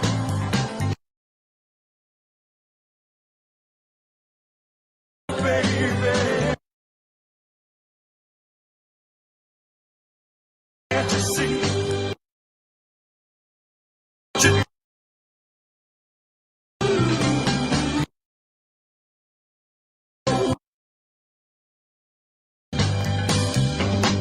Don't you know I'm caught in a trap?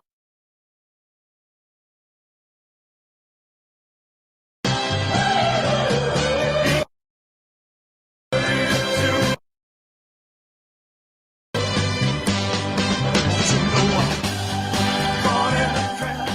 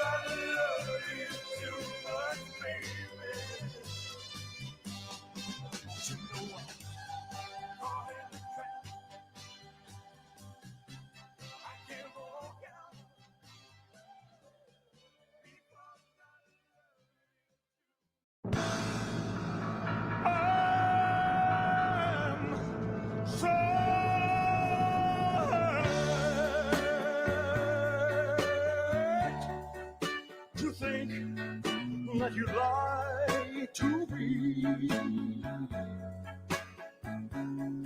I'm hurt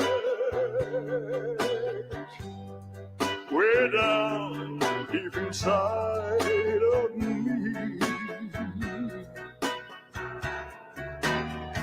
You said our love was true, and we never part.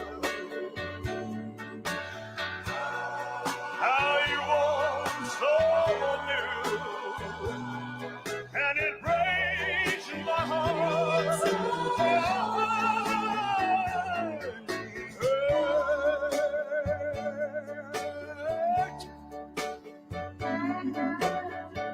Much more than you'll ever know.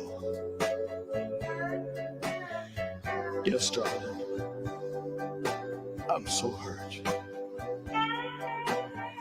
because I still love you so. But even though you hurt me like nobody else could ever do, I would never, ever hurt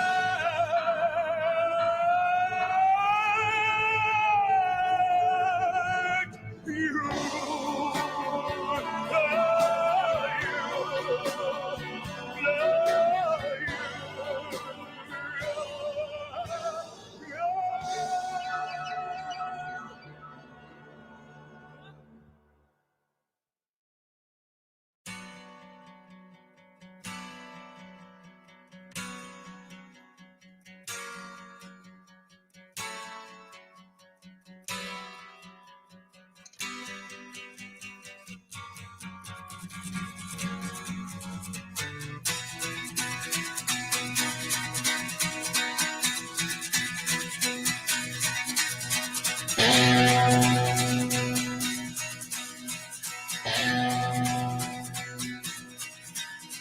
Ever since I was a young boy, I played the silver ball.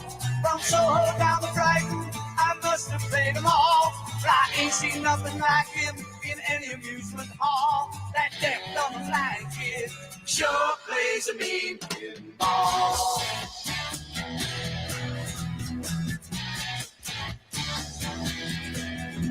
He stands like a statue, becomes part of the machine. Feeling all the bumpers, always playing clean.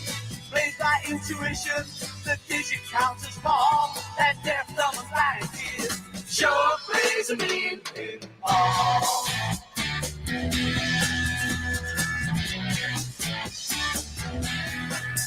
He's a pinball wizard, there has to be a trick. A pinball wizard's got such a career. How do you think he does? I don't know. What makes him so good? Ain't got no distractions, can't hear no buzzes and bells. Don't see no lights flashing, plays by sense of smell. Always gets a replay, never seen him fall. That deaf, dumb, and blind kid sure plays a mean pinball.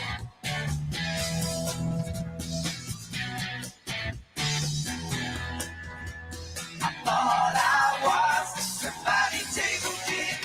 I just handed my pitchfork down to him.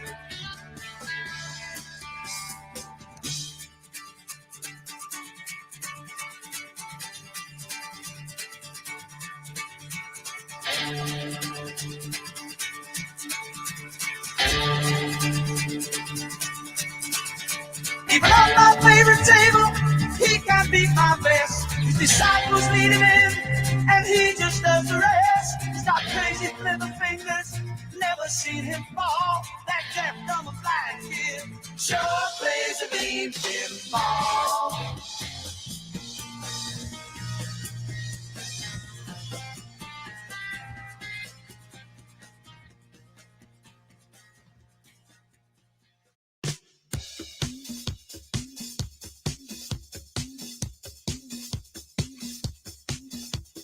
Body, wanna be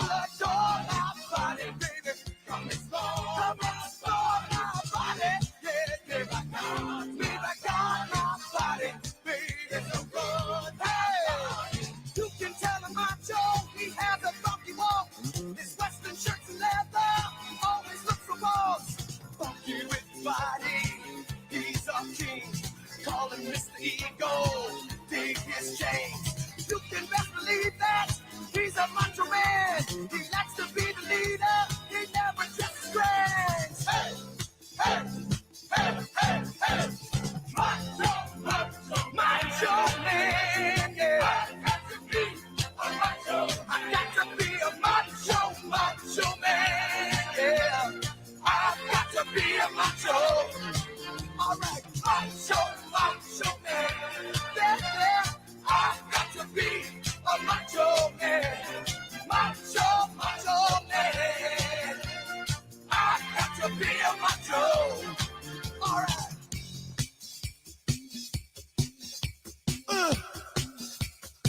Macho, baby. Body, body, body. All right. Body wanna feel my body. Wanna feel my body, baby. Body. All right. Body come and feel my body. Come and feel my body. Hey, yeah. Body. All right. Body love to pop my body. Love to pop my body. Hey, yeah. Body. Ooh. Body is so hot. My body.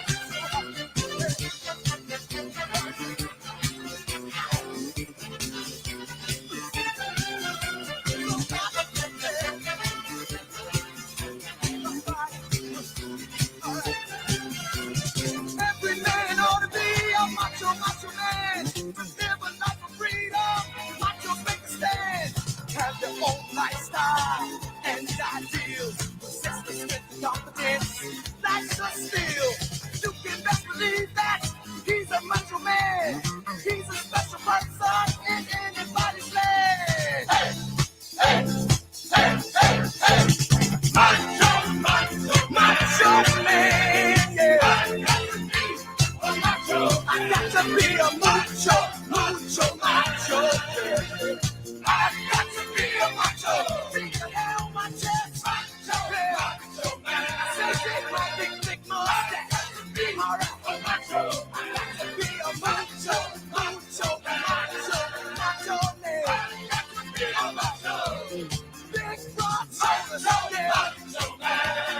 Get my muscle. I got to be a macho man. Talking about a macho, macho man. Macho man. I got to be a macho. Hey. Macho, macho man.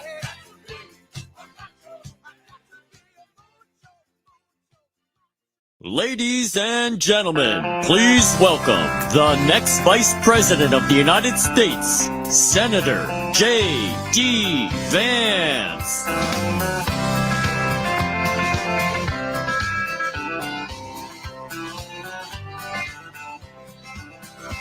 Why don't we liberate these United States? We're the ones who need it worst.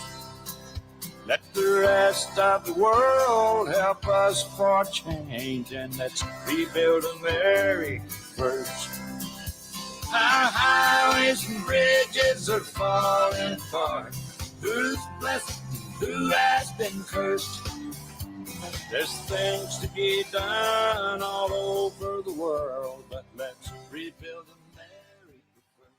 Well, I have the distinct honor of getting to talk with you again, but for this time, to introduce the next President of the United States, Donald J. Trump. But before I do, let me just say,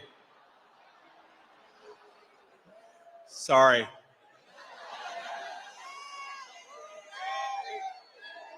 I had to screw with you a little bit, right? Let me...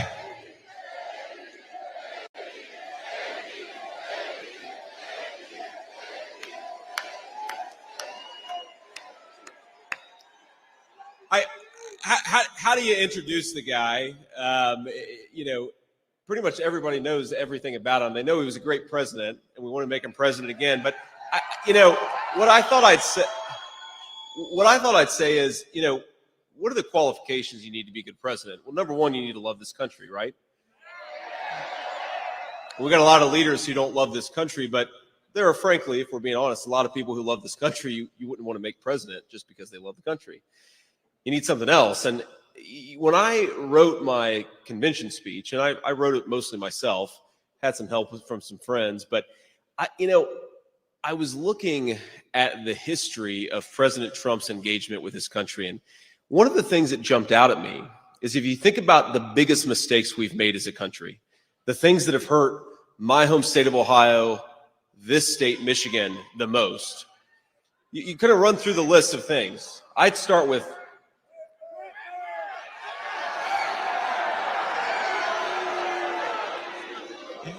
obviously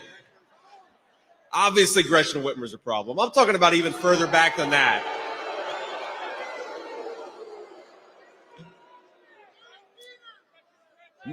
NAFTA. Giving China the sweetheart trade deal and letting them into the World Trade Organization. The Iraq War in 2003. On every single one of those issues, Joe Biden was wrong and President Donald J. Trump was right.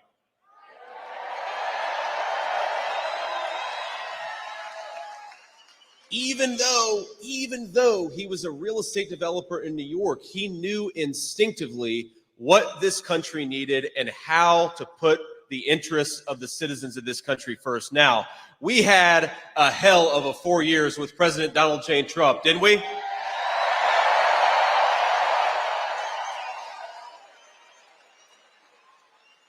In 4 years, he undid, I believe, 30 years of damage, of terrible leadership. Are we ready to give him 4 more years? Are we ready to hear from the next president of the United States, President Donald J. Trump? Come on out, sir. And I'm proud to be an American, where at least I know I'm free. And I won't forget the men who died, who gave that right to me. And I gladly stand up next to you and defend her still today. 'Cause there ain't no doubt I love this land. God bless the USA.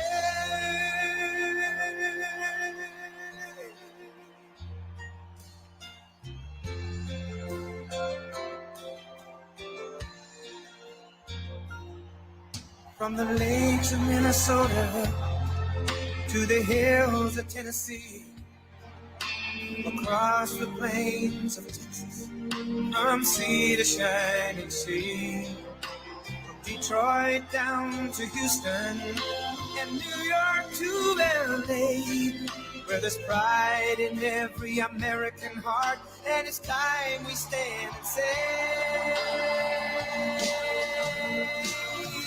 that I'm proud to be an American, where at least I know I'm free. And I won't forget the men who died, who gave that right to me. And I gladly stand up next to you and defend her still today.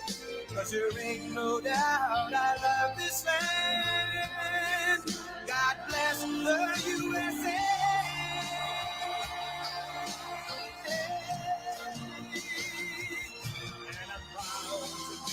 An American, where at least I know I'm free. And I won't forget the men who died, who gave that right to me. And I gladly stand up next to you and defend her still today. 'Cause there ain't no doubt I love this land. God bless the USA.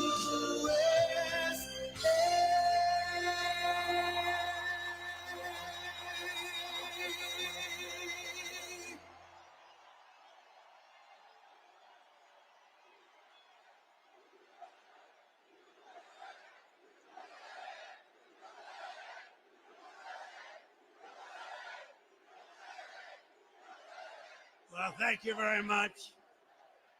This is like a Michigan football game over here. This is pretty good. This is pretty good. I want to thank you, JD, for the introduction. You're going to be a fantastic vice president of the United States. And, you know, I chose him because he's for the worker. He's for the people that work so hard. And perhaps weren't treated like they should have been, but they were treated that way 4 years ago, I can tell you that.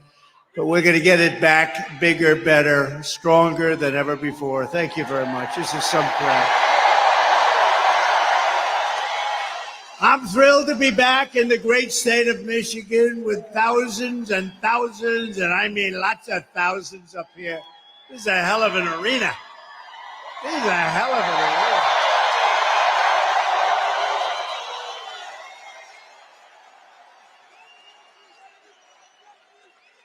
But you are the hardworking patriots that we love. You know, they have crowds of people outside. You're not even going to believe it. They go blocks and blocks. But let's forget about them, right? Let's forget about them. Let me begin this evening with a very special thanks to Americans nationwide, including all of you here today, for your extraordinary outpouring of love and support in the wake of the horrific last Saturday event. And when you think of it, it was exactly 1 week ago today, almost to the hour, even to the minute. Yeah. Incredible. Incredible. What a day it was. As I said earlier this week, I stand before you only by the grace of Almighty God. That's true. I shouldn't be here. I shouldn't be here. Maybe JD or somebody else would be here, but I shouldn't be here right now. But something very special happened. Let's face it, something happened. I want to thank Butler Memorial Hospital in Pennsylvania for the incredible job they did and service they gave, and all of the great citizens of Butler, Pennsylvania, and the surrounding area, and everyone else for the job they did and the love that they showed us all. It was incredible, actually. What a time that was. What a time that was. Nobody's seen anything like it, and hopefully they never will again. And they had cameras blazing. I guess it was different in that way, too, because we were right in the middle. All those, see, look at all the news back there, and they were all blazing. They were going. No, they covered it fairly. They couldn't believe what they were seeing either. So you did cover it fairly. Let me also thank Congressman Ronnie Jackson from Texas. You know, Congressman Ronnie Jackson, for the care and treatment he gave me as an outstanding doctor, which he is. He's really an amazing guy. Where's Ronnie? Doc Ronnie's here someplace.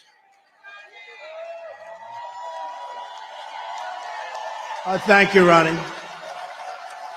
Thank you very much. Great doctor. He was a great admiral, a great doctor. He's a White House doctor for Bush, Obama, and a guy named Trump. And they said, who was the healthiest of the three? He said, not even a question, Trump. And I said, I love that guy. I love that guy. When he said that, that was my doctor. Even if he's a congressman, that was my doctor. But he's been a great congressman. Thank you very much, Ronnie, for everything. We appreciate it. Ronnie Jackson. We continue to pray for the recovery of the two citizens who were wounded in that evil attack, David Dutch and James Copenhaver, two really incredible people. We remain in contact and send our deepest respect to the families. Corey, as you know, Corey Comparator was a brave firefighter who died, funeral yesterday, shielding his wife and daughters from bullets. He shielded them from the bullets of this horrendous person. Corey was a hero, and we will carry his memory in our hearts for all time. Great hero.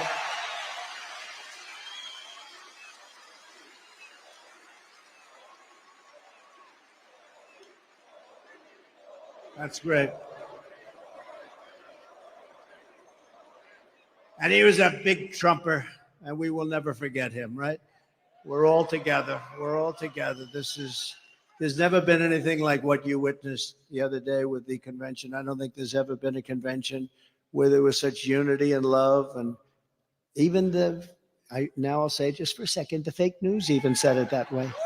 I want to be nice, but the fake news reported it correctly. There's never been such unity, and everybody did a great job, and the speeches and everything. It was just an incredible event. And I'll tell you what, Milwaukee was a fantastic place. This was a beautiful arena, and they did a really great job. And Wisconsin is going to vote for us because we spent $250 million. And when they go into the voting booth, they're going to say, we love this guy, Trump. He gave us $250 million with jobs, and they're going to vote. Wisconsin's a very important state, as we know. But they really did. Wisconsin did a great job. Milwaukee, they did a great job. And the arena was fantastic. And it was just love. It was like a big, beautiful 4-day love fest. There was no fight. You know, there was no fight, no screams, no shouting. No, get that guy off the platform. And in case there was, we had the Hulkster with us, right? How good was he? How good was the Hulkster? And Kid Rock called, he said, I want to get, you know, Kid Rock is big, and he wanted to get down, and he did an unbelievable job. He was great.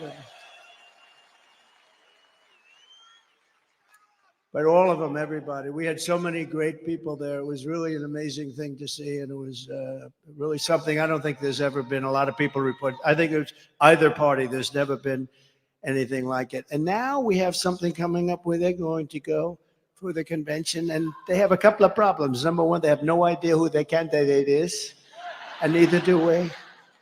That's a problem. But we'll see. Hopefully they get it worked out. Sort of interesting. This guy goes and he gets the votes, and now they want to take it away. That's democracy. They talk about democracy. Let's take it away from them. But now we go forward as one movement, and really we have a very special group of people, like the people here. You people built this country. It's one movement, and we're more united, determined than ever before. We've never been so determined. Bad things happened last time. We're not going to let them happen this time. Bad things happen. We will never stop working to deliver a magnificent future for our people, and together we will fight, right? And we will win. All right. Thank you. Thank you. I like this place. You ever walk in to a place and you say, I sort of like this place? Less than 4 months from now, we are going to win Michigan. We are going to take back the White House in a monumental landslide.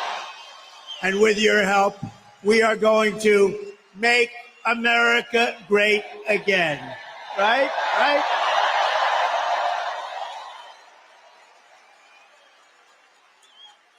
At our convention on just a little while ago in Milwaukee on Thursday, it was my tremendous honor to officially accept the Republican nomination for President of the United States. And I used to say it in 2016, and I meant it 100%, but I mean it even more now because this country has gone wrong. We're a failing nation. We're really a left-at failing nation right now. This will be the most important election in the history of our country. This is going to be the most important election. We cannot let it slip by. We cannot let people cheat. We cannot let this slip by, or we're not going to have a country. Because I do have other things I could be doing. It would be a lot easier. Although I'd rather be with you than sitting on some gorgeous beach watching boring waves coming in. No, I would rather be. Actually, I would. You know that. I think that's one of the reasons we've been so successful together. You know I mean that too. But we're going to make our country more successful than ever before. Yet even as we gather this evening, we will, and take a look, still the Democratic nominee, we're going to find out shortly, maybe, I don't know. Let's do this. Let's do a poll. You know, I love doing polls, right? Like I do a poll. I do lots of polls. Like, do you like Make America Great Again, or do you like America First, or do you like them both? I like them both, right? But let's do a poll on candidates. Ready? So I'll go. We're going to do a poll on a few candidates. The press will like this because they won't have to pay for the poll. You know, you do these crazy polls and they charge you $250. Look, there's Mr. Wall. This guy is the greatest guy. This guy. He must have a lot of money because he's at so many different rallies. And he was at the one that was a tough one, wasn't he? That was something. You were right up in the front there. You saw that. That was something. We're going to do a poll, and it's going to be a very nice poll. And right? Who's your favorite candidate? Who would you like? Let's do it. Who would you most like to run against? Because, you know, you could say, who's the best candidate? We're saying, who would you like to? We'll start with Kamala Harris, and then we'll go, to crooked Joe Biden, and then we could possibly discuss a few.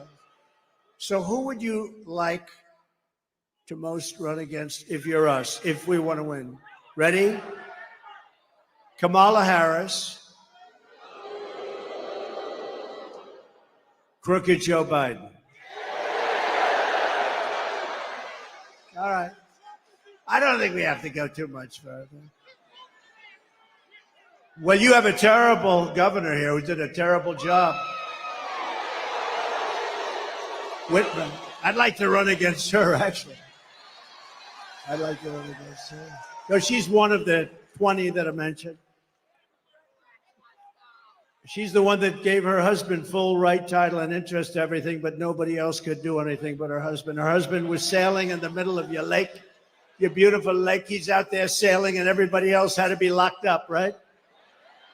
Her husband. No, but things like that are mentioned during a campaign, little things like that. No, she's done a terrible job, but I hope I'd be very happy with her. At this very moment, Democrat Party bosses are frantically trying to overthrow the results of their own party's primaries to dump crooked Joe Biden from the ballot. Couldn't happen to a nicer guy. And as you're seeing, the Democrat Party is not the party of democracy. They're really the enemies of democracy. The parties of corrupt insiders like Whitmer, special interests, and the failed political class. That's what they are. Under our leadership, the Republican Party is now the party of the people. We're the party of hardworking Americans of every race, religion, color, and creed. We become a very big party. We become, right, fellas? You know what I'm talking about. I love you guys. We love you guys. No, we become a very big party. We have increased in size. Nobody's ever, honestly, in history, there's never been anything like this movement. And that may be in the history of the world, but let's keep it down to the country for right now, because that's the thing. But there's never been anything like MAGA. When Biden says, we have to stop MAGA, we will stop MAGA. I said, he doesn't know what MAGA stands for. It stands for Make America Great Again. How can you be against that? How can you be against that? And you know, the other side's going around trying to make me sound extreme, like I'm an extremist. I'm not. I'm a person with great common sense. I'm not an extremist at all. Like some on the right, severe right, came up with this Project 25, and I don't even know. I mean, some of them I know who they are, but they're very, very conservative, just like you have. They're sort of the opposite of the radical left, okay? You have the radical left and you have the radical right, and they come up with this, I don't know what the hell it is, it's Project 25. He's involved in Project, and then they read some of the things, and they are extreme. I mean, they're seriously extreme. But I don't know anything about it. I don't want to know anything about it. But what they do is misinformation and disinformation, and they keep saying, he's a threat to democracy. I'm saying, what the hell did I do for democracy? Last week, I took a bullet for democracy. What did I do against democracy? Crazy.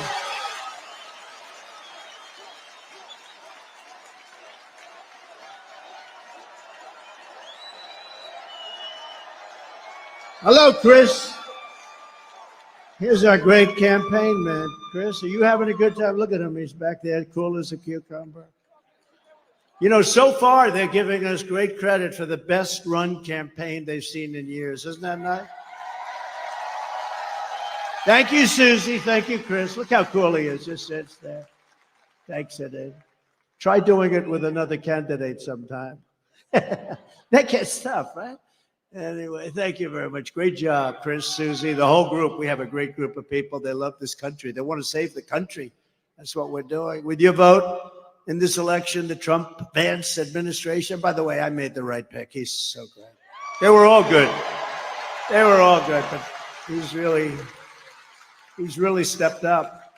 But the Trump-Vance administration will begin rapidly reversing every single Biden-Harris disaster starting on day one.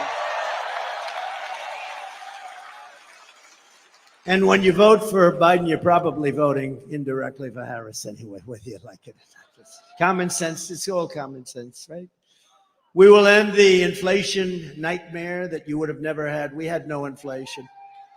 See, there's another thing. Biden always goes, I inherited 9% inflation. And even the radical left reporters up there, look at all of them. Whoa, they have a lot. They have a lot of them.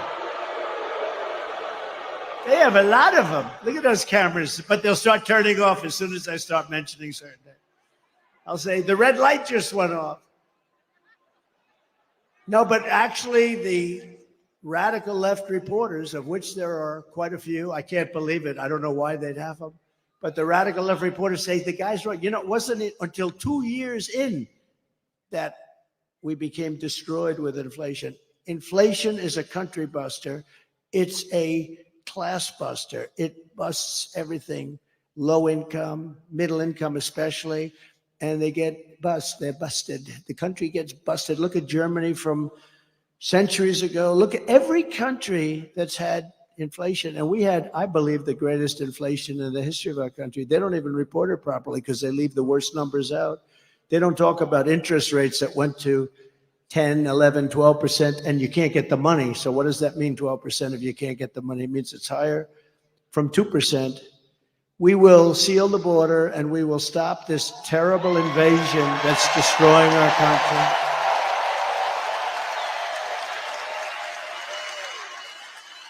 We will crush migrant crime. We're going to crush migrant crime. Oh, we have a new form of crime now. It's called migrant crime. The only good thing about these migrants coming in is they make our gang members and criminals look like the nicest people you've ever met. These people are much tougher. They come from all over the world, not just from South America. We're going to return law and order to our streets and restore patriotism to our schools. We gave you already the largest tax cut in the history of our country, larger than the Reagan cuts, but now we will give you an additional tax cut, a number of tax cuts that will make it. We took in more money after the tax cuts than we did prior. We took in billions and billions of dollars more after the tax cuts than we did. We had the greatest economy in the history of our country. Everyone knows that. We're going to slash regulations. That's what created all of those jobs and gave them bounce back jobs. You know, they're called bounce back jobs. After COVID, they bounce back. Everybody knows that. When you have something like COVID, which rarely happens, but when you have something like that, they're called bounce back jobs. And we're going to bring down energy prices very rapidly. It was energy that caused the problem and their stupidity. And we're going to bring it down very quickly. Your energy bills will be cut in half, at least cut in half. Some sections, like in New England, I'll be able to cut their energy by 60, 70%. It's absolutely crazy what has happened with energy. We buy the oil from Venezuela. They used to be our enemy. I don't know. We buy from Venezuela. It's not really oil, it's tar. And you know, there's only one refinery in the world that can do it. It's very heavy, horrible stuff. It's garbage. It's tar. You lift it. I said, that's not oil. We want light, sweet, crude. We have the best oil. We have the best everything. We go to Venezuela. You know where they refine it? In Houston, Texas. It's the only plant in the world that can refine that stuff. So we go to Venezuela. We pay them a fortune. We take that dictatorship. We make the dictatorship wealthy. These people don't know what the hell they're doing. They're incompetent. They're grossly incompetent. The biggest threat is because we have incompetent. That's the threat to democracy. It's a threat to our country. We have incompetent people leading our country, grossly incompetent people. America's enemies will fear us. The United States will again command the respect that it deserves. Viktor Orban, the very powerful leader of Hungary, said when asked what happened with the world that's falling to pieces, there are wars all over, he said, bring back Trump, it'll all end. It all ended. We had no problem in the world.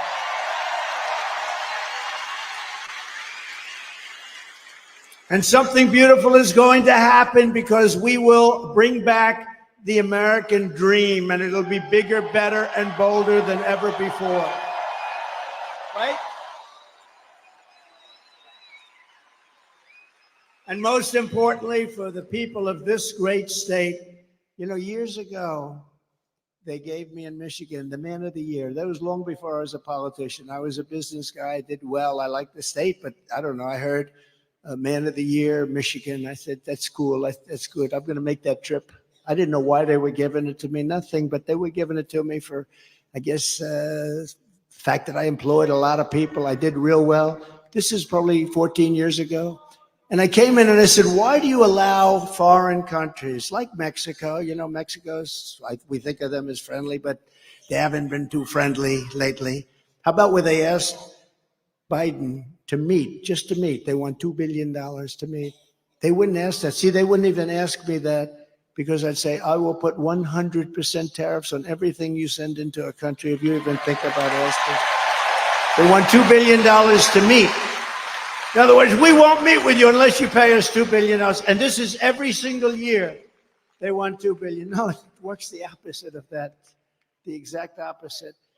But you know, when you see the things that are happening to our country, and all you have to do is know how to speak. When I watched the way our border was handled, we had the best border, the safest border, the border that saved my life. You know, I was pointing to an immigration border sign when I made this turn, and that thing went that way instead of that way. So I owe immigration my life. It's true. It's true.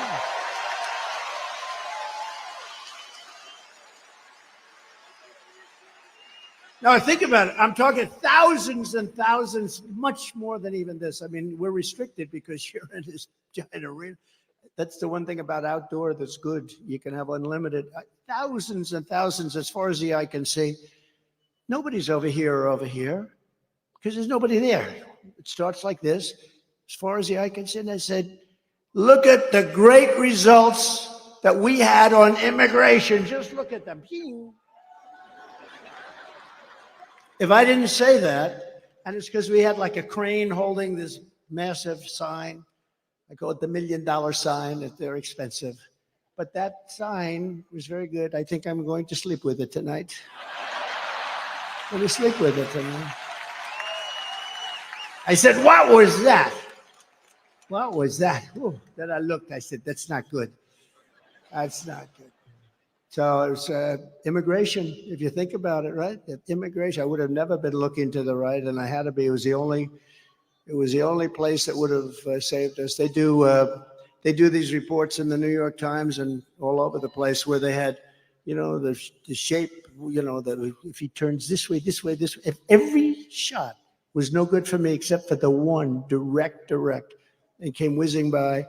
And I hope we have to never go through that again, everybody, because it's so horrible, horrible.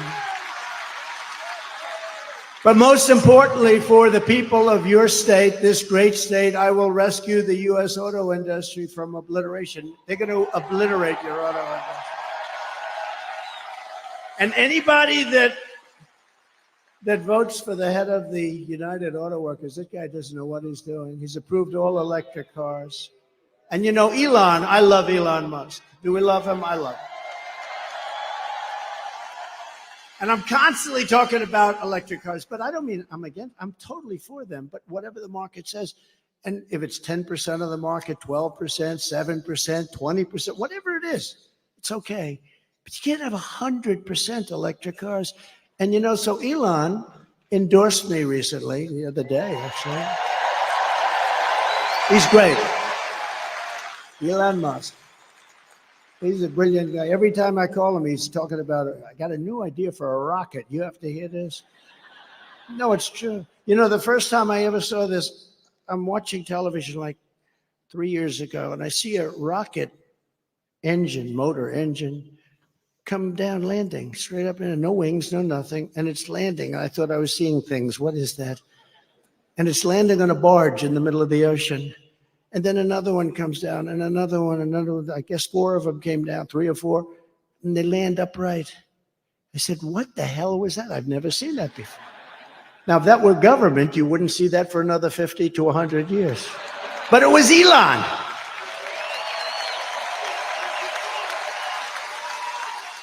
Now, think of that. And I called him, and I've always had a good relationship with him, but I called him, and I said, what was that? He said, well, we saved the engines. We saved the engines because it's very expensive to build. So, I mean, it didn't take me long to figure that if you save them, that's good. But who the hell thought you could do that? No wings, no nothing, just like these big, long, massive tubes, and they're landing gently right on the dot. I said, that's the coolest thing I've ever seen. And you say, how long would it take government to come up with that one? I don't think they ever heard of it. Perhaps they still haven't heard of it. But, you know, he's a very advanced person, and he's doing other things that are great, and so are other. We have to make life good for our smart people, you know? We have some smart people. We have to make life good for our smart people. And he's as smart as you get. But Elon endorsed me the other day, and I didn't even know this. He didn't even tell me about it. But he gives me $45 million a month. A month. Not 45 million. Gives me 45 million a month. And I talked to him just a little while ago to say I was coming here, how you doing? And he didn't even mention it. He didn't mention. I mean, other guys, they give you $2 and you got to take them to lunch. You got to wine them, dine them. No, he's a great guy, he really is. But, you know, he's never mentioned to me, why are you hitting the electric cars? Because he understands I'm not hitting it. I think it's incredible. I've had them. I've driven them. They're incredible. But they're not for everybody. Some people have to drive long distances.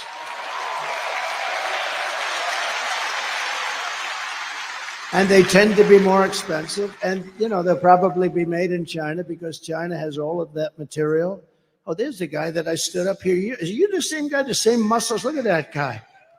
Are you the same guy? Yes? No kidding. It's pretty good memory, right? Unlike somebody else that I happen to be running against. You wouldn't. Come on up here. Get up here.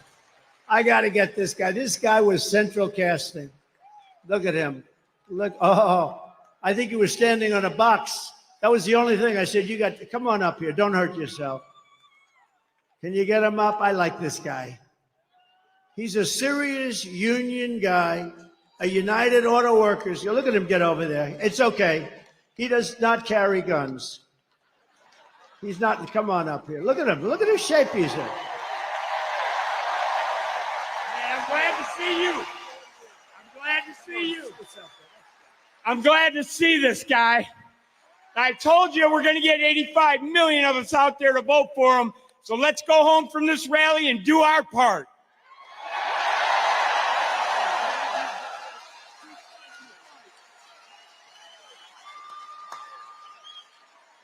Look at the arms on him.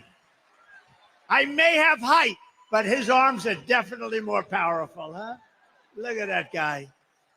Now, last time I was here, I saw him, and he was so great, and he was agreeing with us on auto. We want to bring car manufacturing back, and what the deal with this thing with the all-electric cars in 6 years from now? It's ridiculous. You know, in the Midwest, they open up chargers.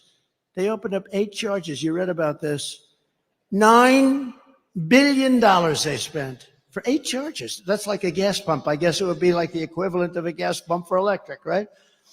They spent $9 billion on 8 chargers. This is 8 little chargers. $9 billion. How do you do that?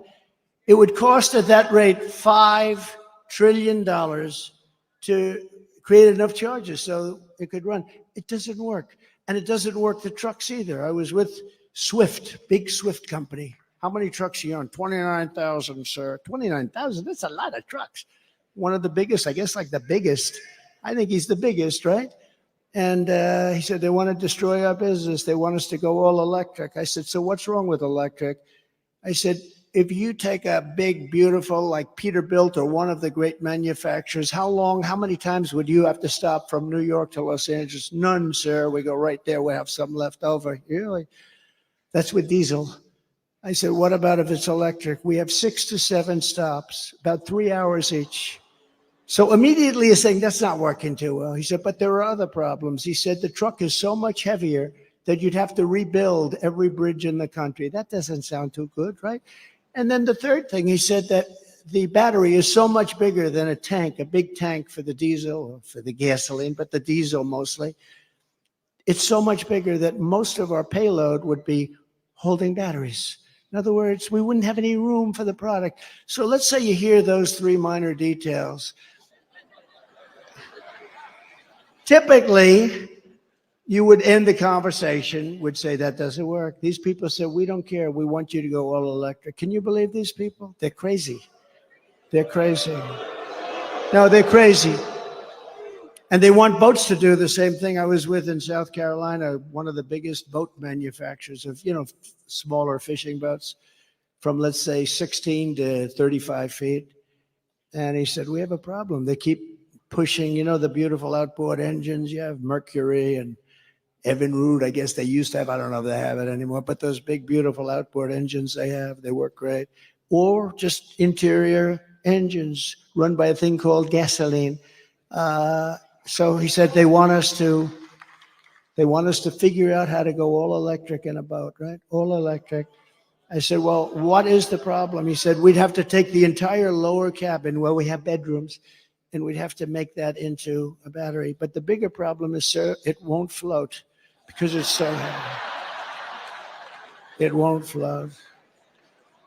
It won't float. And I always tell the story with like, well, what would you do? Because, my uncle was a great professor at MIT for 41 years, I think. He's the longest serving Dr. John Trump, she knows. He was great, very smart. We have a very smart family, actually. But he was a great guy. And I always thought I was very interested in this, but the press kills me all the time. They say, he keeps talking about sharks and this. I don't. I tell an analogy. If I'm in a boat, it's all electric and it starts to sink. I asked the guy, do you get electrocuted sitting over this? And then I say, and I don't think there's anything wrong with this, do you? Because it's an analogy. I say, and if there's a shark about 10 yards away, right where they are, right where all the congressmen are, right over there, look at us. Well, they're sharks. They're sharks. If there's a shark about 10 yards away, do I get electrocuted or do I go with the shark? I said, because I will take electrocution all day long. Despite the environmentalists that say how wonderful sharks are. You ever hear these people? We had 3 killings by a shark this weekend, ripped people apart. And then you have the environmentalists going, well, they didn't mean to do it. They mistook them for a seal. They didn't want to hurt the child. No, I don't want that. Common sense, right?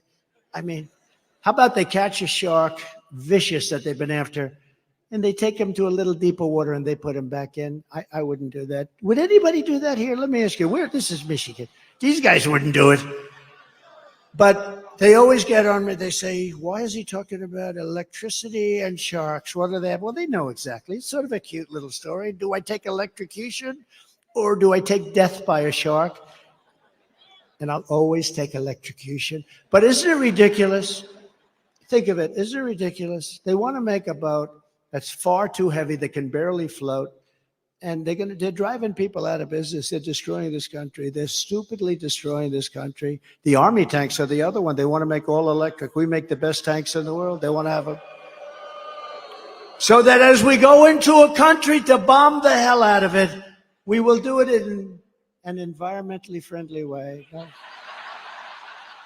And you know, with an Army tank, again, the battery is very big, very heavy, and doesn't last long. You know what it is? It's an Army tank, and it's like you're pulling a wagon behind the Army tank. You're pulling a wagon like a child pulls a wagon, and it's loaded up with a battery.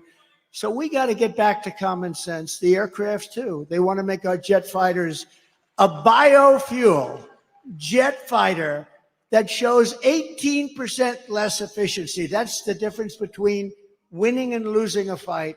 And you know what happens? I say, I'm not doing it. And we ended all of that stuff. They brought it back. We will end it on day one. We're not going to be doing that stuff. Okay? In 4 short years under my leadership, I did more for Michigan auto workers and manufacturers than any president in the history of our country. And just as I promised, I withdrew from the Trans-Pacific Partnership, which would have totally destroyed your auto industry. I ended the disaster known as NAFTA. That was the worst trade deal ever made. That was the worst trade deal considered by him. That was so unfair to us with Mexico and Canada, the worst trade deal ever made, and replaced it with what they call the best trade deal ever made, the USMCA, Mexico and Canada. And I know it's good because Mexico and Canada are right now, as we speak, working like hell to try and renegotiate the deal. Don't do it, Biden. Well, he doesn't know what's going on. Don't do it. He's watching us now. He'll say, what's that trade deal they're talking about? Well, sir, they've been negotiating with us for about 2 years. I never heard of that negotiation. Where is Mexico anyway? Where is it? See, now the fake news will take the statement I just say, where is Mexico? And they'll put it on television. Trump didn't know where Mexico is. Oh, they do. They do. It's very dangerous. The biggest threat I have to my administration is sarcasm because they play it against me. When I show that he can't walk off, he can never find the entrances off a stage, like one here, one there, 2 here. He could jump off the front, I guess. And whenever I imitate him, I called my wife. She's great. Our wife, she's great. Our great first lady. I said, and she looked great the other night. She made that entrance. She made a lot of entrances. She's just something. But she walked in, but I told her the other night, I said, how good was I? How good? This was at a rally a couple of weeks ago. How good was I? Well, you were really good, but not great. Why? Well, it showed that you didn't know how to get off the stage. Well, I was imitating Biden. So what they do is they show the imitation of Biden. They said Trump didn't know how to get off the stage. That's our fake news. So we have to be very careful. So I haven't done it in about 3 weeks. I'll do it again, but maybe not right now. It's too. Darling, you were great. I mean, I get these crowds, 50, 60, 70,000. In New Jersey, we had we're leading New Jersey by 4 points, by the way. We're leading Michigan by 6 points.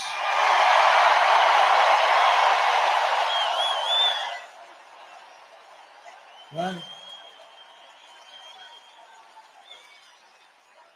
And a report just came out. Actually, we're leading everywhere and nationally, and we have to keep it that way. Got to make sure they don't cheat. Got to make sure they don't cheat. I took on China like no administration in history, bringing hundreds of billions of dollars pouring into our treasury when no other president had gotten 10 cents. You know, China never gave us 10 cents. I got hundreds of billions of dollars from China. And I got along very well with President Xi. He's a great guy. He wrote me a beautiful note the other day when he heard about what happened. And he wrote me a beautiful, most of the leaders do. You know, a lot of them didn't like what I was doing to them, but they also knew it was about time. The jig was up, right? It was about time.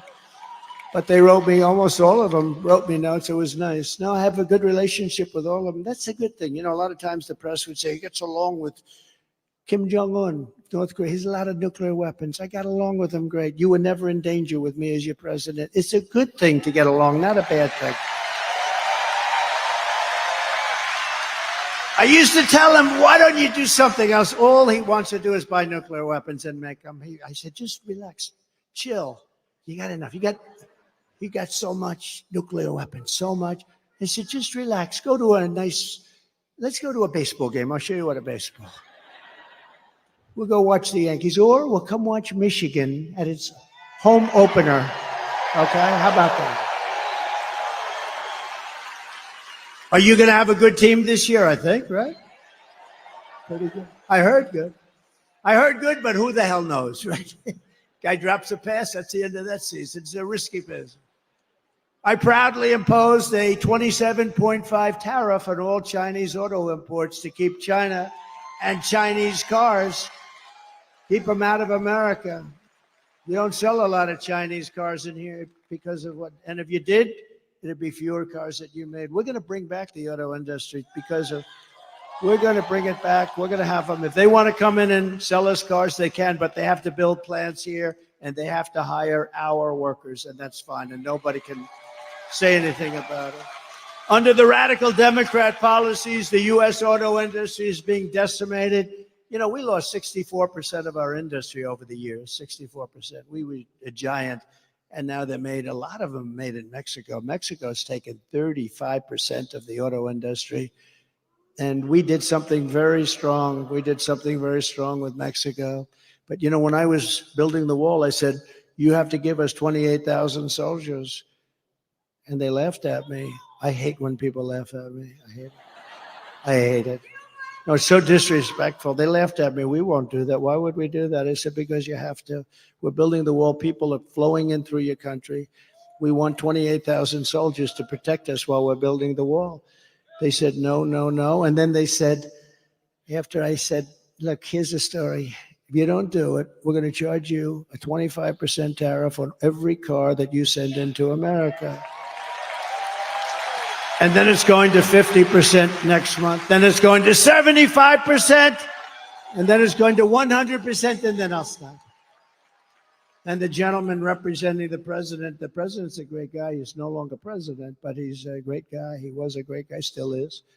But he said, I'd like to discuss this with the president. I said, 5 minutes, I got to go. I have something much more important to do. And he came back. He said, Mr. President, we would love to give you soldiers to protect your wall, free of charge, of course.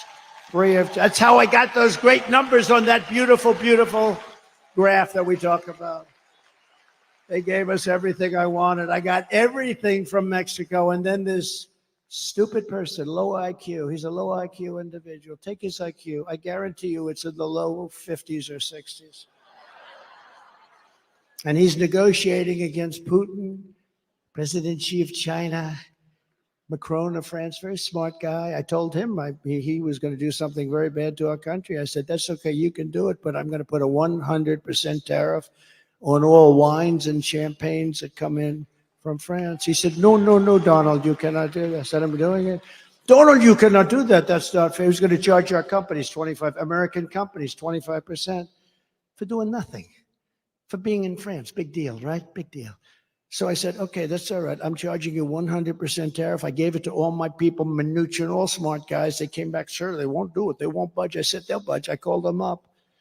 And I talked to the president of France, Emmanuel Macron. He's a nice guy. I said, but he's, he likes France. I like the USA. Does that make sense? I said, Emmanuel, it's so nice to talk to you. I understand you're going to charge our companies 25%, Emmanuel. Yes, yes, yes, Donald. It was approved by whoever the hell approves the parliament. Whatever the hell they have over there, they were going to approve it. It's been fully approved. Yes, I'm so sorry. I said, well, that's okay. You can have it approved, but here's the story. Starting tomorrow morning at 7 o'clock, every bottle of wine and every bottle of champagne that's shipped into the United States is going to have a 100% tariff on it. No, no, no, you cannot do that. That is not fair. I said, not fair for you to charge our companies 25%.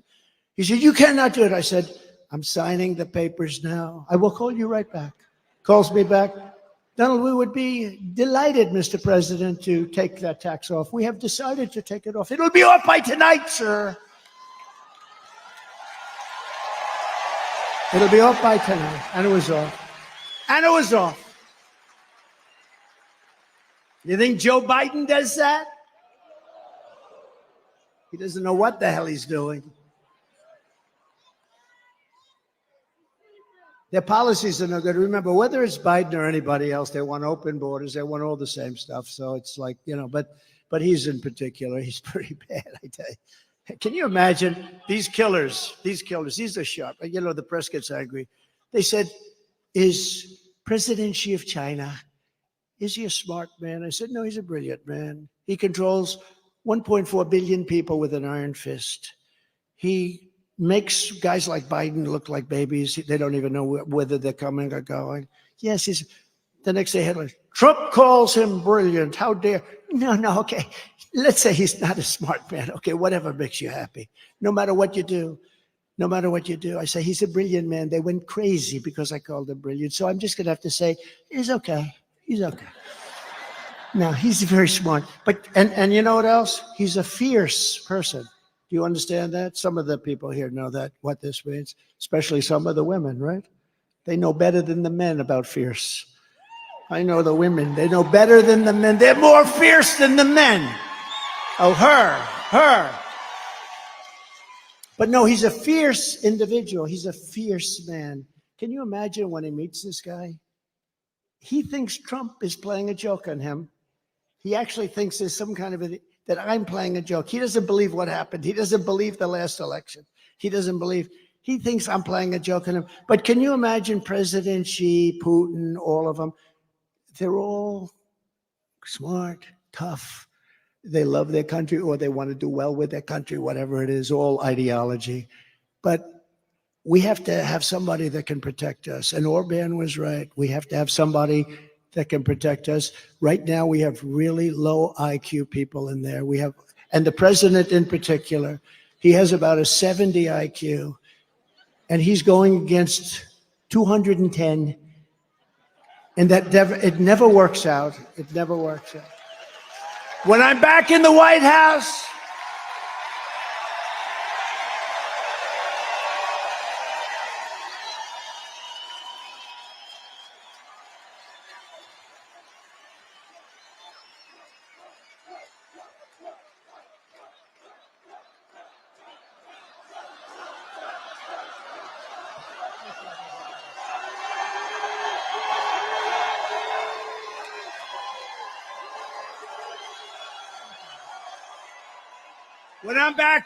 House, the way they will sell their product in America is to build it in America. They have to build it in America, and they have to use you people to build it. Thank you very much. It's very simple.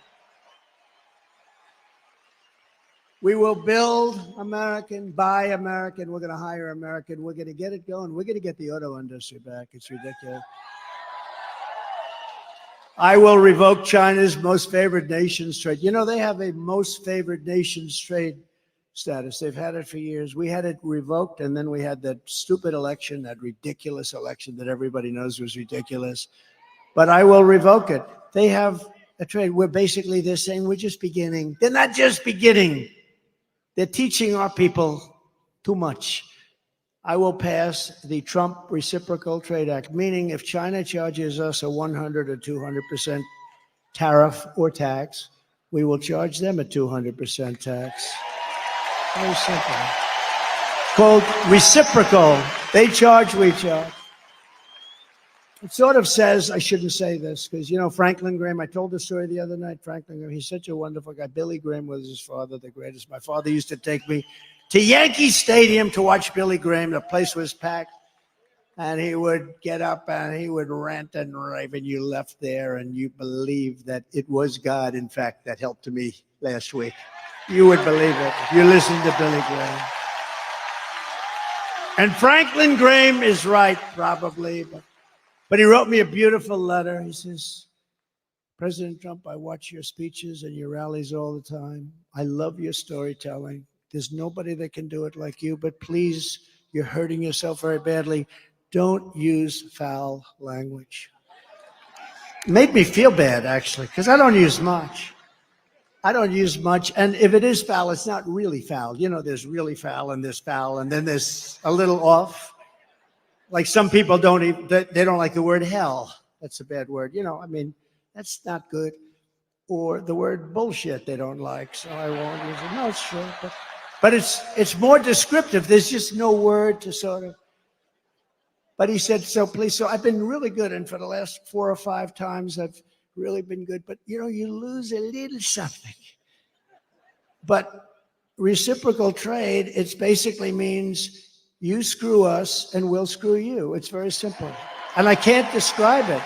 And I don't think it's foul. But he's probably right.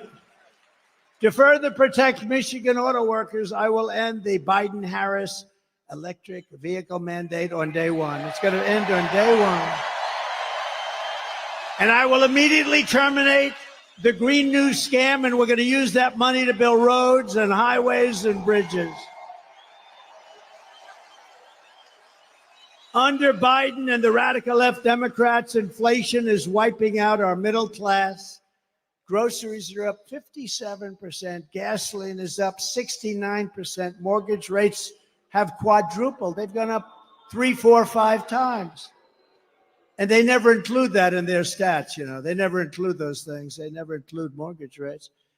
And you can't get the money anyway, so what really is the number? And since Democrats took over, total household costs have increased by an average of $28,000 per family. Think of that.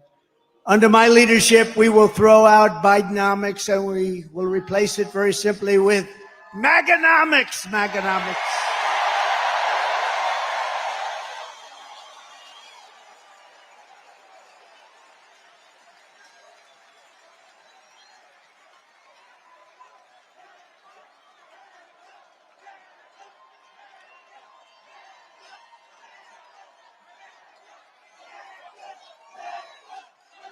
You know, I have to just interject. If you would turn off those cameras, because I don't want this. See the screen up there of me? That's very severe, that comb over. That's a severe sucker. What's with that one? It looks okay from the other side. But that is very severe. I apologize. Man, I looked up there. I said, whoa. Look at that. Wow. That's like a work of art.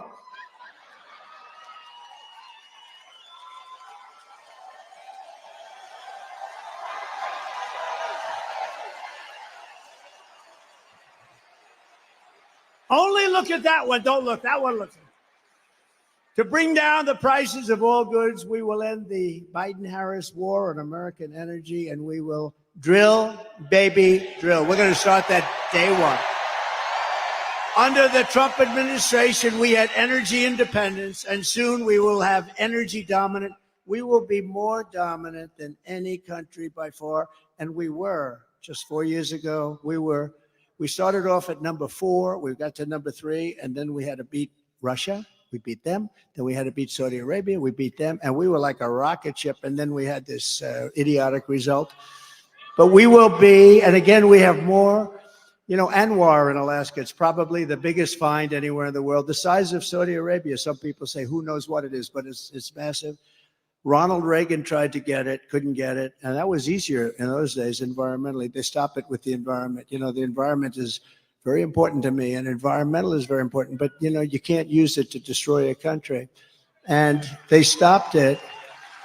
They stopped it for years based on the environment. I got it approved. It was totally done. This is since Ronald Reagan, who worked so hard to get Anwar, he wanted to be able to drill in Alaska. Think of it as the size of Saudi Arabia, approximately, bigger than Texas, bigger than everything. We would have had something that nobody else even comes close to. And on the first week in office, his Department of the Interior person, who was just put in Department of Interior, she outlawed it. She said, we're not going to use it, stopped all work. They were ready to start drilling. It took them a while to get ready. They're ready to start drilling. The money would have been incredible. The prices were very high. We're the only country that stops drilling when the prices are at an all-time high. And we stopped drilling, but we'll get that back, and I'll get it back very fast. But Anwar, they cut it. Unbelievable. And I will cut taxes even further than we did before. And that includes no tax on tips, right? No tax on tips. All the government does is harass everybody over it anyway. It's like a big harassment operation. They hired 88,000 IRS people to go harass everybody. So if you work in a restaurant, if you drive a cab, or if you do anything having to do with tips, I hope you're going to remember, bartenders, let's see, hospitality workers, a caddy, a barber. Barbers get tips. I don't give mine a big tip because I don't think they do a very good job. If you're a mover, a driver, or anyone else who relies on tips, the money is going to be 100% yours. You better go vote. If that doesn't get you out, if that doesn't get you off your ass to go out and vote for Trump, nothing will. Got to do it. Right? Got to do it. And as we rescue our economy, I will also restore the sacred and sovereign borders of a place called the United States of America, right? United States of America. With Democrats in charge, the greatest invasion in history is taking place right now. This is an invasion of our country. You remember during the time I was trying to get the wall, and I was getting all sorts of assurances, and you couldn't get it from Congress. It was incredible. So I did get a lot of money for the military. So I put an extra $10 billion. I put a little fund, an extra $10 billion. I then called it an invasion of our country, and I took it out of the military and I got it built. And now we're going to build it larger. We have to close up the areas that weren't built. We have certain areas where we needed to have them open for a little while for getting all of our stuff back. I don't like leaving brand new bulldozers and everything on the other side of the border, right? We want to close it up. But we had certain areas we had to close up. And when they took over, they said, we're not going to close it. I said, these guys actually do. I thought they were kidding. I thought they were not being serious. Who would want an open border? Who would want an open border where people come in from prisons and jails and mental institutions? Either people that don't love our country, stupid people. They're not stupid because anybody that can cheat that well in an election is not stupid. Or maybe a new thing is emerging where they want to get people to vote illegally, and they don't care. They have no shame. And we're watching that. Our chairman is here. The Republican chairman is here, the whole thing. See, the big boss is here in Michigan, so you're going to remember that. But we're working on that, but they do. They're trying to sign people up who just came in, who have no idea where they are, what they're doing. They came in. And in many cases, they're very rough people, but they came in, they're trying to sign them up to vote. This is what they'll do. Because think of it. If they have open borders, if they have men playing in women's sports, if they have a raise in, they're going to raise your taxes by four times. 4 times. Think of it. What you're paying now, you're going to pay 4 times more. With policy like this, nobody can get elected. The only way you can get elected is to cheat. And they are really good at it. That's the only thing they're good at. That's the only thing they focus on. They have no good policies. They don't do anything well. But they're using these people, and they're trying to sign up the people. And we've caught them, and we sue, and we do all the things that you have to do. But they have no shame whatsoever. So that's really one of the big reasons I think they're allowing it, because they're not stupid enough to allow prisoners and people from mental institutions, people from insane asylums, and it drives them crazy. Hannibal Lecter, the late, great Hannibal Lecter, would like to have you for dinner. He wants you for dinner. That's the end of you, by the way. But no, these people are being dumped into our country, and nothing good is going to happen from it. That's why we have to do a big deportation and get them the hell out, okay? We have no chance. Meanwhile, our crime rate is going up while crime statistics all over the world are plunging.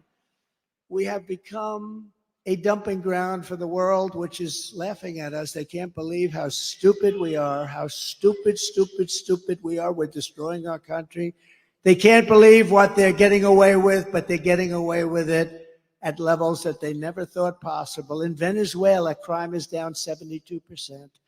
Caracas, Venezuela, was a very, very dangerous place. And now, because of the great job they've done in removing their criminals into the United States, next year we're going to have our Michigan rally in Caracas, Venezuela, because it's nice and safe. Okay? Does that sound like a good idea to you? because we want safety. Now, the press is going to write that. They're going to say, Donald Trump proposed next year's Michigan rally in Caracas, Venezuela. They'll say, isn't that horrible? Isn't that unpatriotic? You understand. This is what I have to go with. I'm only kidding, press. I'm only kidding. Although maybe it's not a bad idea. So El Salvador is an interesting one because I know the president. He's a young guy, and he's been getting this great press that his crime rate's way down, and they're training their criminals. Well, you don't train criminals, okay? You know, maybe every once in a while you get lucky, but you don't. So in El Salvador, murders are down 70%. He's saying, yes, we're teaching. He's different. Most of them just say, well, the United States is stupid, so we're dumping all our criminals there. He does it differently, smart. He goes, we're working with our people that are causing problems and crime. And he's not working with them. He's dumping them in the United States. And their crime rate, their murder rate is down 72%, 73% and going up. And I don't blame them, because if I was running one of those countries, and we're not just talking in South America, but if I were running one of those countries, I would have been doing it much more. They're also emptying their jails. The big thing is their jails. Those jails were packed. Now all of a sudden it's like, oh, isn't this wonderful? They're doing such a wonderful job. They're dumping their criminals into the United States of America, and we're not going to take it anymore. Stupid people.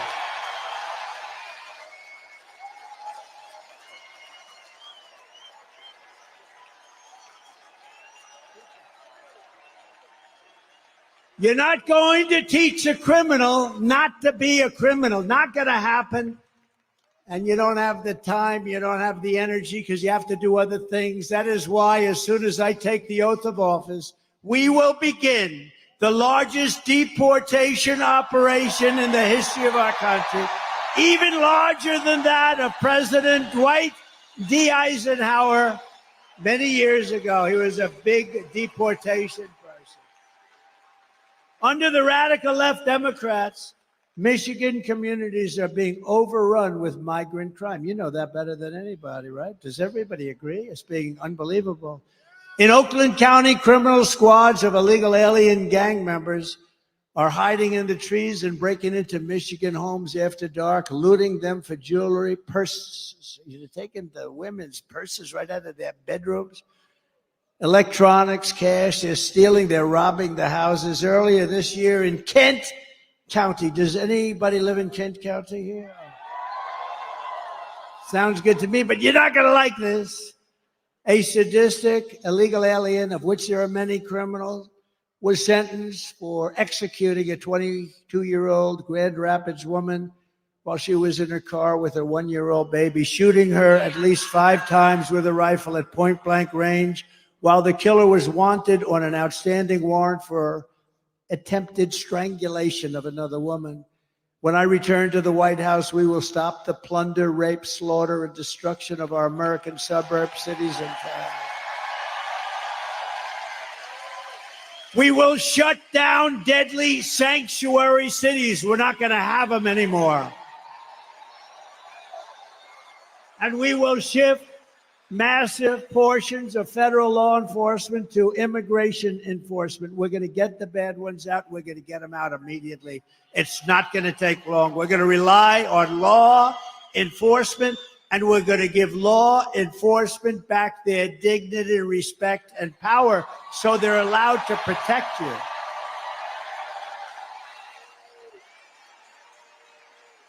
It's no wonder Joe Biden and his thugs are so desperate to stop us. They know that we are the only ones who can stop them. We're the only ones. You know, we talk about Biden like he's a feeble old guy, and he is. But it's the people that surround him. I mean, he's perfect for them. This is the fascists and communists and some bad people surround him. I know just about all of them. I can tell you about all of them. Did you hear about our big victory in Florida last week? Did you hear? We won the big case. We're going to take down Trump. We're going to take down Trump. No, when you have a great court system, when you have honorable judges, people that really love the country, good things can happen. But we won that case in its entirety. That was the one. That's going to take him down. They've been saying that for, 8 years now, right? And here we are leading in every poll. We got to get it close. You got it close. You got it close. We don't want to talk too much. I always say if we win, because I don't like saying when we win, because they cheat like hell. So if we win, but we got to get it close. We're close. 4 months, but you know what 4 months is in this racket? Like an eternity. 4 months is like an eternity, but we're leading by a lot, not just by a little. We're leading every state, every important swing state by a lot, and we're leading nationally by a lot, but we got to get it close. The radical left Democrats rigged the presidential election in 2020, and we're not going to allow them to rig the presidential election in 2024. We're not going to allow it.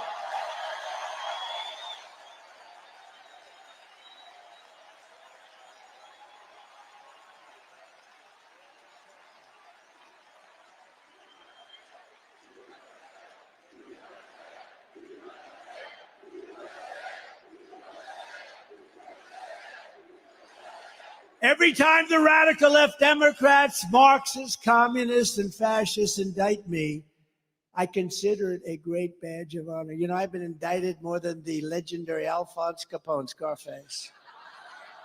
He was a tough man. See that guy right there? Ultra MAGA. You're Ultra MAGA. He's tough as hell. But if Alphonse didn't like you, you would be in the foundation of a building rising someplace in your great state, right? He was not. He was a tough cookie, this guy. I got indicted more than Alphonse Capone. Think of it. My parents are looking down. I had wonderful parents. They never saw this for me. They never saw, let's see, I'm voting for, oh, I don't want to even read that one. Thank you. Thank you. I appreciate it. But I'm being indicted for you. Don't worry about these fake indictments. These aren't indictments. These are Biden indictments. These are a sick, weak, pathetic man who can't run an election. So he indicts his opponent thinking that's going to win. And in many cases it would. You know, third world countries do this a lot. Banana republics do it a lot. We've never done it. And we're going to teach them why they can never do it again. Because it's actually hard to believe. It's actually driven our poll numbers way up. And then we had the debate. Did anybody watch the debate? Poll. Who won the debate? Biden or Trump? Poll, free poll. I just saved $300,000. Isn't it something these pollsters, they come, oh, I have Tony Fabrizio and McLaughlin back there. I got to be careful. But I just saved $300,000 doing that poll. They interview like 97 people have been interviewed. And Trump is leading by a little smidgen. I got 25,000 people here or something. They got so many people outside. I wish we could include them. I'd love to get them in. Would anybody like to leave now and let the other people come? That's not nice. Never forget, our enemies want to take away my freedom because I will never let them take away your freedom. They want to silence me because I will never let them silence you. And in the end, they're not after me, they're after you. I just happen to be standing in their way, and I always will, right? I always will, fellas.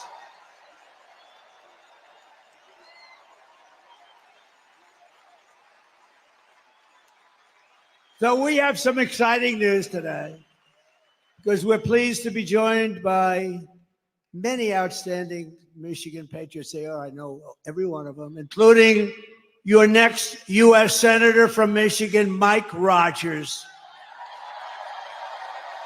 And Mike is just as adamant as me. He'll vote to stop the invasion, end inflation, halt the outsourcing of Michigan jobs, and bring back the auto industry.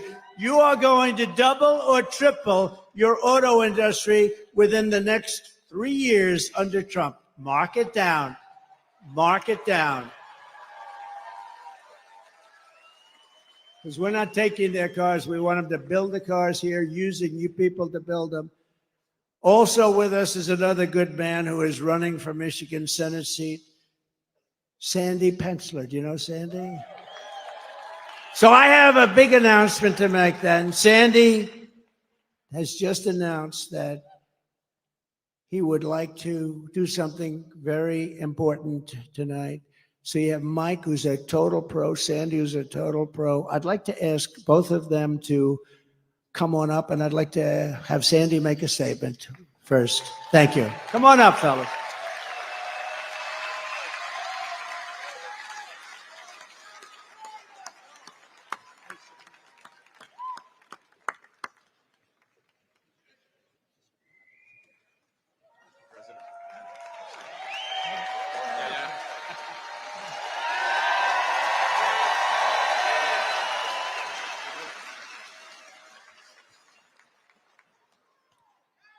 Thank you, Mr. President. I was so inspired when President Trump kissed the empty uniform of Corey Capitori. I flashed back immediately to a couple days after 9/11 at the local firehouse where I hugged the lone remaining survivor and looked out at 12 empty uniforms. Thank you for honoring all of them as well.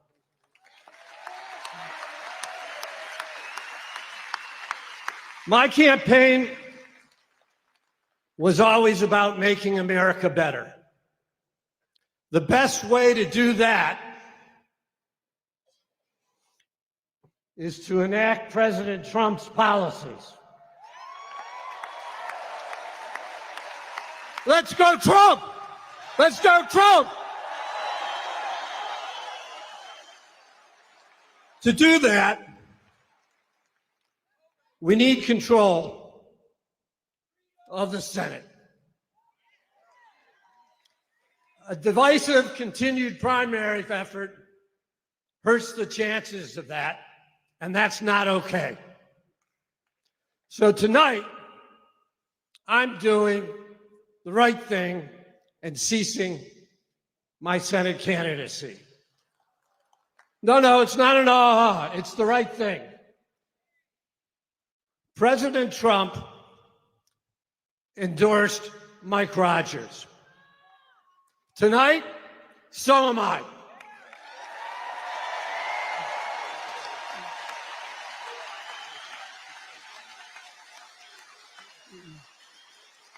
Mike's gonna make a heck of a senator. So I want you guys to look around the room tonight, because everything goes through Michigan. The presidency, the Senate, the House, and the State House. Look around, make a pledge to each other.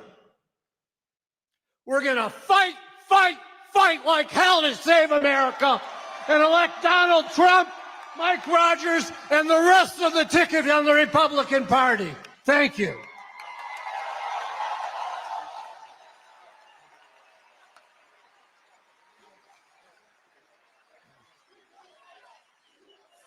Thank you, Sandy. I am honored to have you stand with us and all Republicans to win the state of Michigan. Thank you for your courage. Thank you for your leadership. You're going to be an important voice going forward in our party in Michigan. And Mr. President, I want to say this as a former law enforcement guy. It wasn't that the bullet took you to the ground. It was the fact that you got back up for America.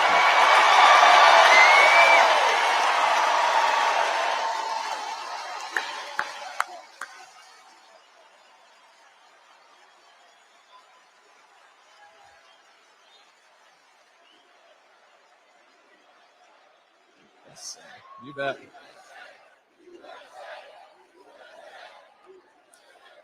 I have spent my career working to protect America as an Army officer, as an FBI agent working organized crime in Chicago, as the chairman of the House Intelligence Committee. I have never seen a more unsafe America because of the Democrats over the last 4 years.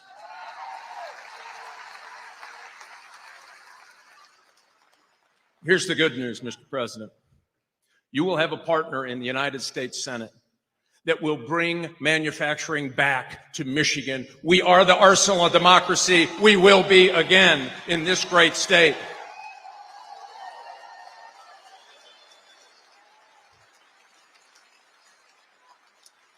And I'll pledge to you, I will get Department of Justice reoriented to actually going after criminals.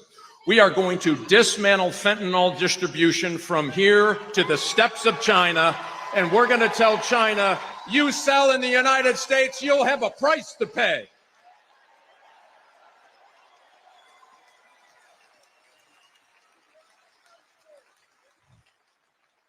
Mr. President, I'll guarantee you this as well.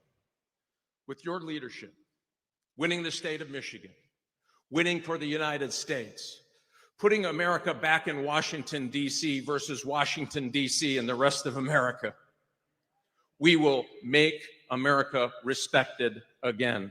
We will bring back law and order again. We will make America safe again. Let's flip the Senate. Let's elect Donald J. Trump and Mike Rogers to the Senate, and let's get busy. Thanks, Mr. President.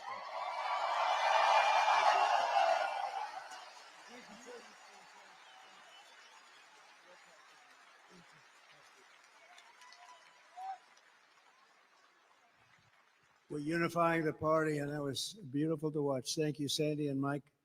And Mike, good luck. You're running against somebody that's such a bad senator. You don't even, I was there for 4 years plus. I don't even remember meeting that particular person. This is not a senator for Michigan. Mike Rogers is going to be a great senator. He's got gravitas. He really knows his way, highly respected in Washington. And I think, I mean, it should be an easy race. Nothing's easy, but it should be an easy race. So good luck, good luck. And thank you very much, Sandy, Mike. We're also joined by members of Congress, and they're great people, friends of mine, warriors. Jack Bergman. Jack? Thank you, Jack. Great job. A real friend of mine, somebody I was very much in favor of right at the beginning, John James. Thank you, John.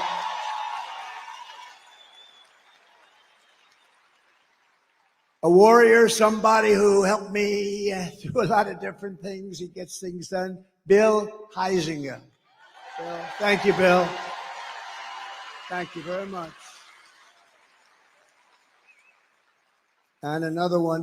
These are all great people. Tim Wahlberg. Thank you for everything you've done, Tim. You've been unbelievable. Always there for me, right? Always there. And a man from a slightly different location, a little bit down. You're not going to get there with an electric car, but unless you want to stop a few times. But he comes from a state known as Florida, a great place, and he's so respected. He's such an incredible man. Brian Mast. Brian. Thank you. Thank you, Brian. Brian. Thank you, Brian. What a guy he is. He's a warrior. He's a real warrior. Thank you, Brian. Michigan House Republican leader, Matt Hall. Thank you, Matt. Good job you're doing, Matt. Are we going to win, Matt? Will you please make sure? We need these local ones, right? That's right. Michigan Senate Republican leader, Eric Nesbitt. Thank you, Eric. Great. Thank you. Good job. A congressional candidate who I hear is doing very well, Tom Barrett. Tom, get in there and win. Good. A friend of mine who was really brave, ran a tough race. It's amazing, actually. Really did well. Her father was a very special guy. He was in the steel industry, and he passed away. A battle with cancer, a long time battle, but he was fantastic. And I got to know them both very well. She's a terrific woman. Tudor Dixon.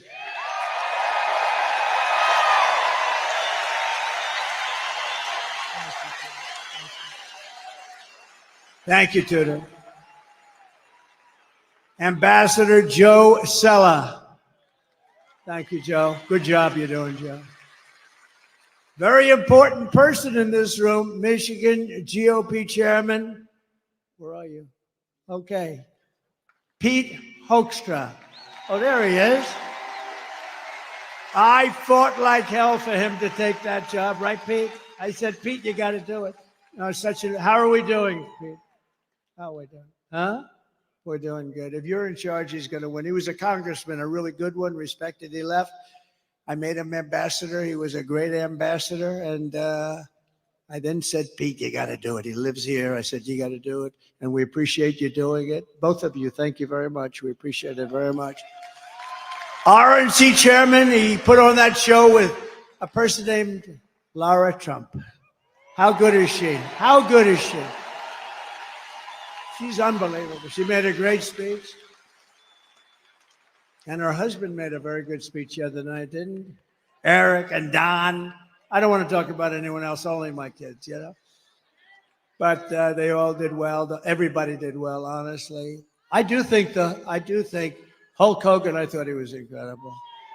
I hadn't seen him in a while. And I'll tell you what, I'm not going to mess with him, right? We're not going to mess with the Hulkster. But he was fantastic the other night. All of them, every single one. My granddaughter did very well. Look at, she's scarred. What about, who said that? Who said my granddaughter? Wow. Kai. Kai is great. Great golfer. She's a great golfer. But we have another man who's very important, and the RNC chairman, Michael Watley, who's been incredible, wherever Michael is. Mike, thank you, Mike. Great job. I said, Michael, you have one job. We got so many votes, we don't know what to do with them. You got to guard the vote. When those votes get put in, they can't be missing. They can't throw them out. They can't stuff ballot boxes. They can't cheat. Make sure. And, you know, he headed up North Carolina. And on that night, a while ago, that certain election night, that miserable where we thought it was won at 10 o'clock in the evening, and then all of a sudden, additional votes have been reported in various places. We don't have to get into it. North Carolina held totally steady. He had 603 lawyers working. Other people didn't have lawyers working. And bad things happened, but this guy held, and I said, that's the guy I want to run the party. And Michael, I know you're doing a great job, and you're going to do something very special. We don't need votes. We need to guard the vote. You ever hear the expression, too big to rig? The more we get in there, the harder it is for them. My daughter and her husband, Tiffany and Michael, where are you? Tiffany and Michael, you're around here someplace. Two great people.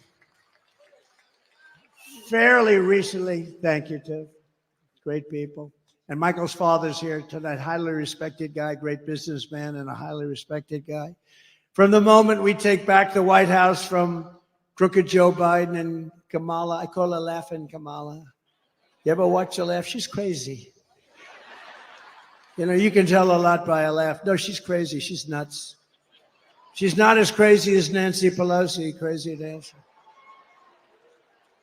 Did you see Nancy Pelosi is selling out Biden now? Did you see? She turned on him like a dog. Well, I don't know if he should continue. All of a sudden, where did that come from?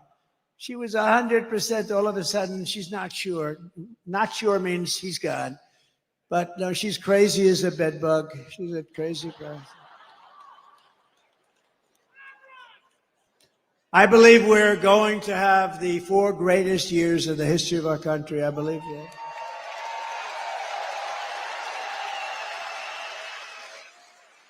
And I believe that Michigan is going to have the greatest of all of any of the states, because I'm going to bring back your auto industry. I'm not going to take this. You know, in Mexico, they're building among the largest plants for auto manufacturing anywhere in the world. In Mexico, near the border, they think that they're going to make cars and sell them into the United States and lose all our jobs. It's not happening. And you know who owns those plants? China! China owns them. And we're not letting it happen. We'll put 200% tariffs on, 400, I don't care what would. Whoever is building your plants, we're not allowing any of those cars to come into the United States, okay? We're telling that to Mexico right now. You want to build those plants? A friend of mine who builds plants, that's all he can do. He's a great guy, but his strength is plants. If you say walk across the street, he's not that good at it. But to build a plant, he has no problem. He builds a great auto plant. So I said, I'd like to see one take me. He goes, well, we'll have to go to Mexico. I said, what about the United States? No, not so much. He goes, they're actually some of the biggest in the world being built right now in Mexico. I said, this happened over the last couple of years with this stupid president that we have. Stupid. He's a stupid person. And I can say it because, once he weaponized justice, I would never talk about a president like that. Once he weaponized justice against me, I said, oh, wow, that's really incredible. That's never been done before. I can do it. And I'm knocking them out. But sometimes you have crooked judges. We have some real crooked judges, too. That's the only way. The only way I can lose is crooked judges, but we'll get it overturned, anything that happens. But once he weaponized, I wouldn't talk that way. In fact, before this happened, before he did this, I treated him not nicely, but I treated him with far more respect than I do right now. It's one of those things. But we can't let these companies come in and steal our wealth, steal our jobs, destroy our companies, and end up building it 10 miles across the border and think we're going to allow them to get away with it. We're not. They have to build it over here, and they have to use our people. So and it's going to happen. And Michigan will benefit more than any state in the union because they stole your auto industry, and we're going to bring it back, and it's going to be at a level that it was in its height. Okay? You hear that, John James? You hear that? You're going to put John James in charge.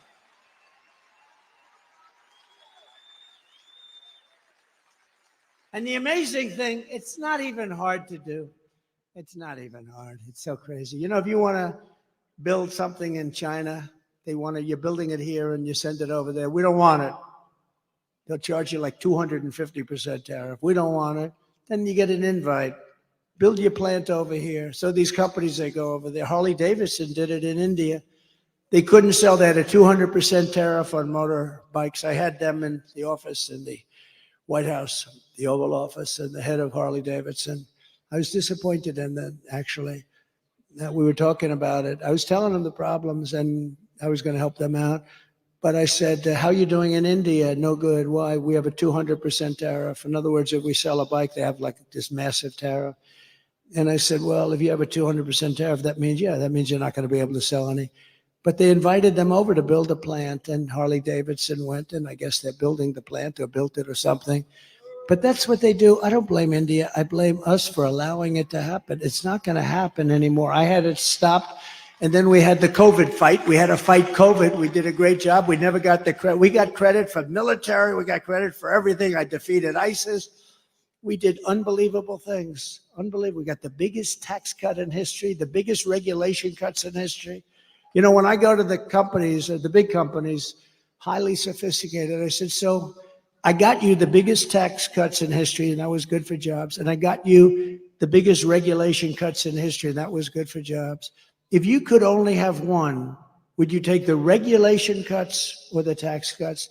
Every single person, and I must have asked the question 200 times over the years, said the regulation cuts were more important than the tax cuts. Can you believe it? You wouldn't think that. But we got you the biggest regulation cuts in history. Before I even arrive at the Oval Office, shortly after we win the presidency, we win. We're going to all win it together. I will have the horrible war between Russia and Ukraine settled. And I will be the only one that can make this statement. I will prevent World War III from happening. You're very close to World War III.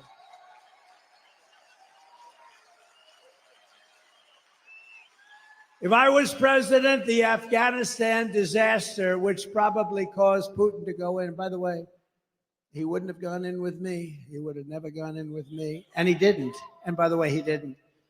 But the Afghanistan disaster, not the fact we're getting out. I was getting out. After 21 years, you get the hell out. But I would have kept Bagram. It's 1 hour away from where China makes its nuclear weapons. We gave it to them so stupidly. It's one of the biggest airfields in the world. We built it many years ago for billions of dollars. We were going to keep that. We were going to man it, keep it. Think of it, 1 hour away. You know who has it now? China has it now. How stupid are we? Should have kept that. And you know the lift? The lift should have been done at Bagram, not their little local airport where they had riots all over the place, and then the bombs started going, killing 13 of our great people, obliterating, I heard the number this morning, 47. That's maybe the right number because we're looking at 47, you know that, right? Obliterated 47 great young Americans, their legs gone, their arms gone, their face just wiped out. And hundreds of people besides, hundreds of people.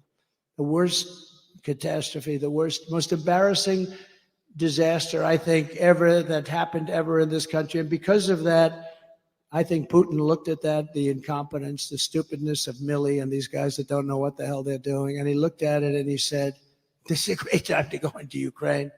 But he would have never done it with me. If I was president, the Afghan disaster would have never happened. Ukraine would have never happened. And October 7th, the attack on Israel would have never happened. Remember, Iran was broke. Iran had no money. They were broke. Now they have $250 billion. But we'll get along with Iran. We'll get along with whoever we have to get along with, but it would have never happened. All of the things, and you know what wouldn't have happened? Inflation wouldn't have happened because I had energy low. Inflation was caused by energy going up twice. I will restore a thing called peace through strength. That's what we have. Remember, I'm the only president in 80 years that I started no new wars. I finished some. Totally defeated the ISIS caliphate. In my next term, we will build a great Iron Dome missile defense shield over our country, a dome the likes of which has not been seen. And it will be entirely built in the USA, and much of it will be built right here in Michigan. Why shouldn't we have the same protection that other countries have, Bill? Why shouldn't we have the same protection that Israel has and that other countries have? And Ronald Reagan wanted to do this many years ago, but honestly, we didn't have the technology. Now we do. 301 missiles were shot at Israel, and almost every one of them was knocked out of the sky. It's an unbelievable technology. And it's our technology, and we're going to use it for our country, and we're going to be a lot safer than not having it. The Iron Dome, we're going to build the great Iron Dome, the latest and the greatest, and much is going to be made right here in Michigan, as you can imagine. And we will not cut one penny from Social Security or Medicare. And they are really, you know, they want to raise the retirement age. Biden wants to raise the retirement age and they're going to. You know why? All of these immigrants coming in, they're trying to put them onto Medicare and Social Security. So not only do they want them to vote, they want to destroy Social Security and Medicare. It's not going to happen. And we're not raising your age. One day, he's going to destroy. First of all, he doesn't have any idea what the hell he's doing. But I kept that promise 4 years ago. Remember, they said, he'll come in and raise Social Security. I went through 4 years. It was never even a topic that was allowed to be discussed. Because we have, between the liquid gold under our feet and all of the other things and the growth mechanism that we have in this country, we don't have to cut Social Security, which people have earned, and we're never going to cut it. And when you hear that stupid guy, that low IQ guy, get up and say, I inherited 9% inflation. False. He inherited 1.4, but really nothing. And when he says he's going to raise Social Security, no, false. He's going to raise it because he's stupid. That's why he's going to raise it. Don't believe it. They have this line where it goes one after the other. But one thing, it's very simple. They're going to raise your taxes 4 times, and that's there because they don't want to renew the tax cuts that I gave. It's approximately a 4 times increase, and they don't want to renew them. But you can't believe these people when they get up. Biden and I watched Camilla the other day, brilliantly put on Fox. I don't know why Fox does it. Please, Fox, will you please get smart? Will you please get smart? And she's ranting, right? He is going to destroy Social Security. He's going to destroy Medicare. He's going to destroy this. I mean, just made up. It's just sound bites. It's disinformation. That's the other thing they're good at. They say anything they want to say. I am going to protect your Social Security. We're not going to be raising the number of years. We're not going to raise it by 1 day, let alone 1 year or 5 years or 10 years like some stupid people want to do. We're going to grow our country. It's going to be growth. And it's going to be using the assets and resources that we have, much of it right under the ground. We're going to rebuild our cities into beacons of hope, safety, and beauty better than they have ever been before. We're going to have to work with the Democrat governors and mayors on that. But our cities are just horribly run. And then we have our capital, our beautiful capital in Washington, D.C. We're going to take it over. We're going to clean it up. We're going to renovate it. We're going to rebuild it. We're going to make our capital the most beautiful anywhere in the world. We're going to get rid of the nightmare of murder and crime. And it will become the most beautiful capital anywhere in the world once again, but far more beautiful than it was before. And when you want to go from Michigan to see the Washington Monument, yes, we're keeping the name Washington. We're not changing the name. Or the Jefferson Memorial, where there's a big move to change the name. We're not changing the name. Remember when they were knocking down statues and I was president, and I found an old bill and I reenacted the old bill. Anybody touching, knocking down, or even trying to harm any of our great statues or monuments goes to jail for a 10-year period with no commutation and no shortening of the sentence. And it was a beautiful sight as we watched everybody leave town. They left town so quickly. They left town. We said, bye, everybody. No, we have to meet people that have evil intentions. They wanted to knock down the Jefferson. If I didn't get the military out to save the Jefferson Memorial, they would have done a job. But I found this old law that today we're almost incapable of producing things like that. 10 years, and there's nothing like good behavior, and you get out in 2 days. It's 10 years in jail if you touch our monuments, if you even try to knock them down. I had a news conference, I signed it, and everybody left town. It was a beautiful thing to do. We're not doing it. We won't be changing the name of Jefferson, Washington, Lincoln, like they did our forts. I get out of office, they did our forts, right? We won 2 world wars in those forts, and now they have different names, many of them. Fort Bragg, and the people that live next to Fort Bragg are not happy. They're not happy. They changed the name. We won 2 world wars out of Fort Bragg, and then they decide to change the name because they think it's politically correct. On day 1, I will sign a new executive order to cut federal funding for any school pushing critical race theory, transgender insanity, and any other inappropriate racial, sexual, or political content onto the shoulders of our children. And I will not give 1 penny to any school that has a vaccine mandate or a mask mandate. And I will keep men immediately, day 1, out of women's sports. And I will fully uphold our very important but under siege Second Amendment, as I did for 4 years. And I got the full endorsement from the NRA. You saw that. They gave us their full, strongest endorsement. No, for 4 years I protected, and it was not that easy to do. We will protect innocent life, and we will restore free speech, and I will secure our elections. Our goal will be one-day voting with paper ballots, proof of citizenship, and voter ID. It's very simple. But until then, Republicans must win. We have to win, win, win, win, win. We want a landslide that is too big to rig. I said it before. I'll say it 100, 200, 300 times before that very spectacular date. But, you know, remember, November 5th is not really the date. It starts in early September, North Carolina and some others, because now we have these ridiculous laws where you can vote before the election, after the election. We got to have one-day voting, one-day voting. What happened to those ballots that were over there last week? Oh, sir, we moved them around a little bit. Oh, really? I mean, think of it. You vote 2 months early. Nobody knows what the hell's going on. Where are all the ballots that happened? Why are they using a shovel? They're shoveling off. You ever see what goes on? Take a look at what happened in Georgia. They're shoveling ballots into wheelbarrows, moving them around.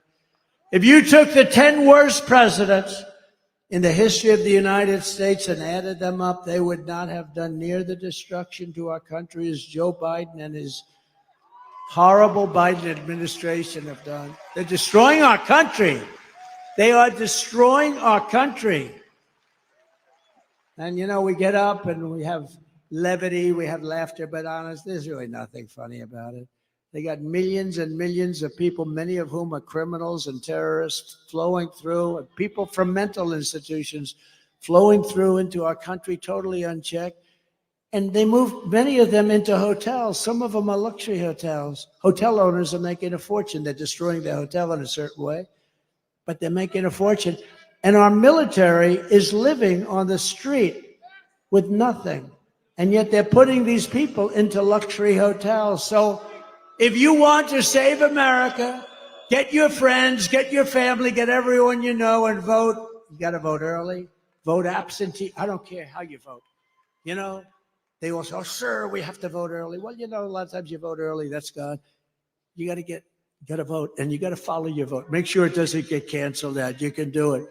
Vote on election day. I don't care how you vote, you've got to vote. Vote early if you want. Everyone's saying vote early. I don't. But look, you got to vote, and you got to get out and vote. You got to protect your vote. That's what Michael's doing. He did it better than anybody else in the country in North Carolina. That stayed right here when Georgia went down, when Pennsylvania went down. It stayed right there. All of a sudden, in certain states, they found all these votes. A totally rigged election. We're never going to let it happen again, because this time if it happens, we're not going to have a country. We won't have even a semblance of a country left. And if you want to help us ensure election integrity, sign up. It's called protectthevote.com. Protectthevote.com. Sign up. And that's on election integrity. You got to watch and watch very carefully. So in conclusion, from Marquette to Midland, from Lansing to Flint, and from Detroit to right here in Grand Rapids, we've had great victories in Grand Rapids. Remember when we won the state of Michigan? Now, we did much better the second time, but I won't mention that.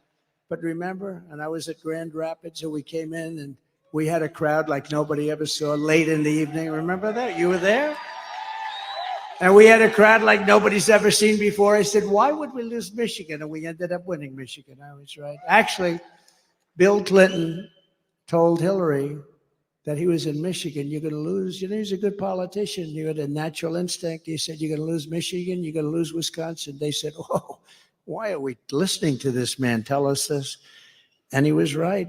Wisconsin and Michigan. I said, why are we going to lose? We had 49,000 people show up. She had like 300 people show up. I said, why are we going to lose? And we won. We won Michigan. And then we did much better the second time, but bad things happened. We're not going to let that happen anymore. We stand on the shoulders of the brave Michigan patriots and tough Michigan workers who manned the first assembly lines. You remember that? Does anybody remember that? It's a long time ago. Anybody remembers that? They're extremely old. Is there anybody that wants to admit they revolutionized industries and turned the state into a manufacturing powerhouse like no other? And we're going to bring it back. And we're going to bring it back. I'm not talking about lots of other industries. I'm talking about the auto industry, because it's such a big industry. I can say we're going to bring back cement. We're going to bring back all sorts. I'm just talking very simple. It's so simple. It's going to happen so fast. You're going to be at a level as though you were from 30, 40 years ago. You're going to manufacture cars again at a level that you haven't seen in many, many decades. You probably have to get rid of this fool, this stupid idiot representing the United Auto Workers, because he sells the auto. You know, I'm much more popular than anybody with the auto workers. We're going to get 95% of their vote. But they have a guy that, I mean, he pushes the electric mandate, and they're going to be made in China. They got to get rid of that guy. He's bad news. Your Michigan ancestors gave us Motown, the Mustang, and the might of the American Midwest. And it really is a might. They forged the steel, laid the railroads, tilled the fields, fought the battles, and won the victories that made America into the greatest and most powerful nation in the history of the world. That's true. It was the most powerful. But now we are a nation in decline, and it's a very serious decline. We are a failing nation. We are a nation run by fools and stupid people. We're a nation that has lost its confidence, its willpower, and its strength. We're a nation that has lost its way, but we are not going to allow this horror to continue. We're not going to let it happen. Less than 4 years ago, we were a great nation, and we will soon be a great nation again.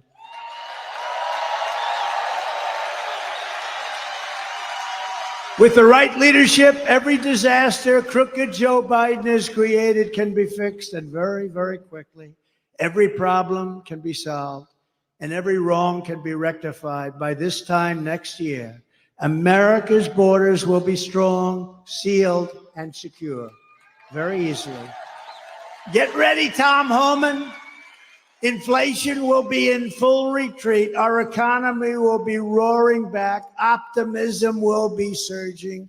You will have your confidence back. We don't have any confidence. That's like an athlete that can't sink the shot, can't hit the ball, lost his calm. We're going to have you hitting the ball again. We're going to have you playing at the top of your game. The American dream will be thriving again for citizens of every race, religion, color, and creed. Law and justice will reign all throughout our land. Freedom will be restored. The flame of liberty will be burning bright. Crooked Joe Biden, the worst president in the history of our country, will be a fading memory of the past.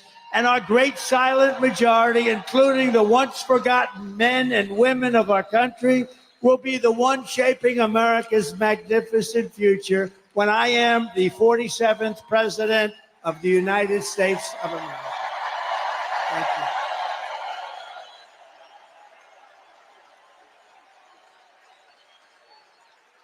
Because we are all Americans, and together we will show November 5th to be the most important day in the history of America. It will be the most important day.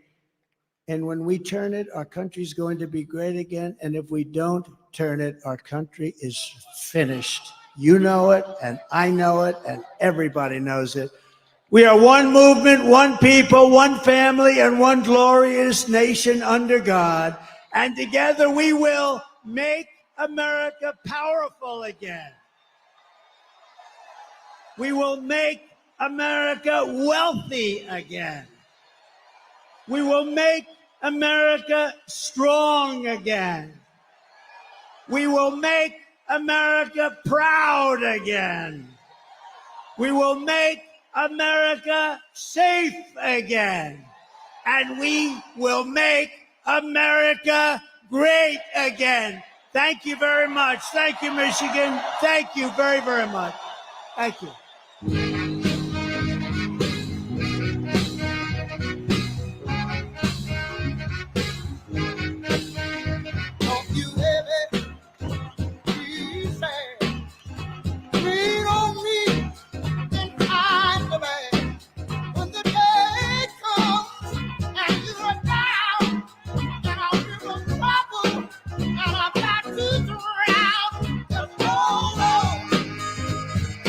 Come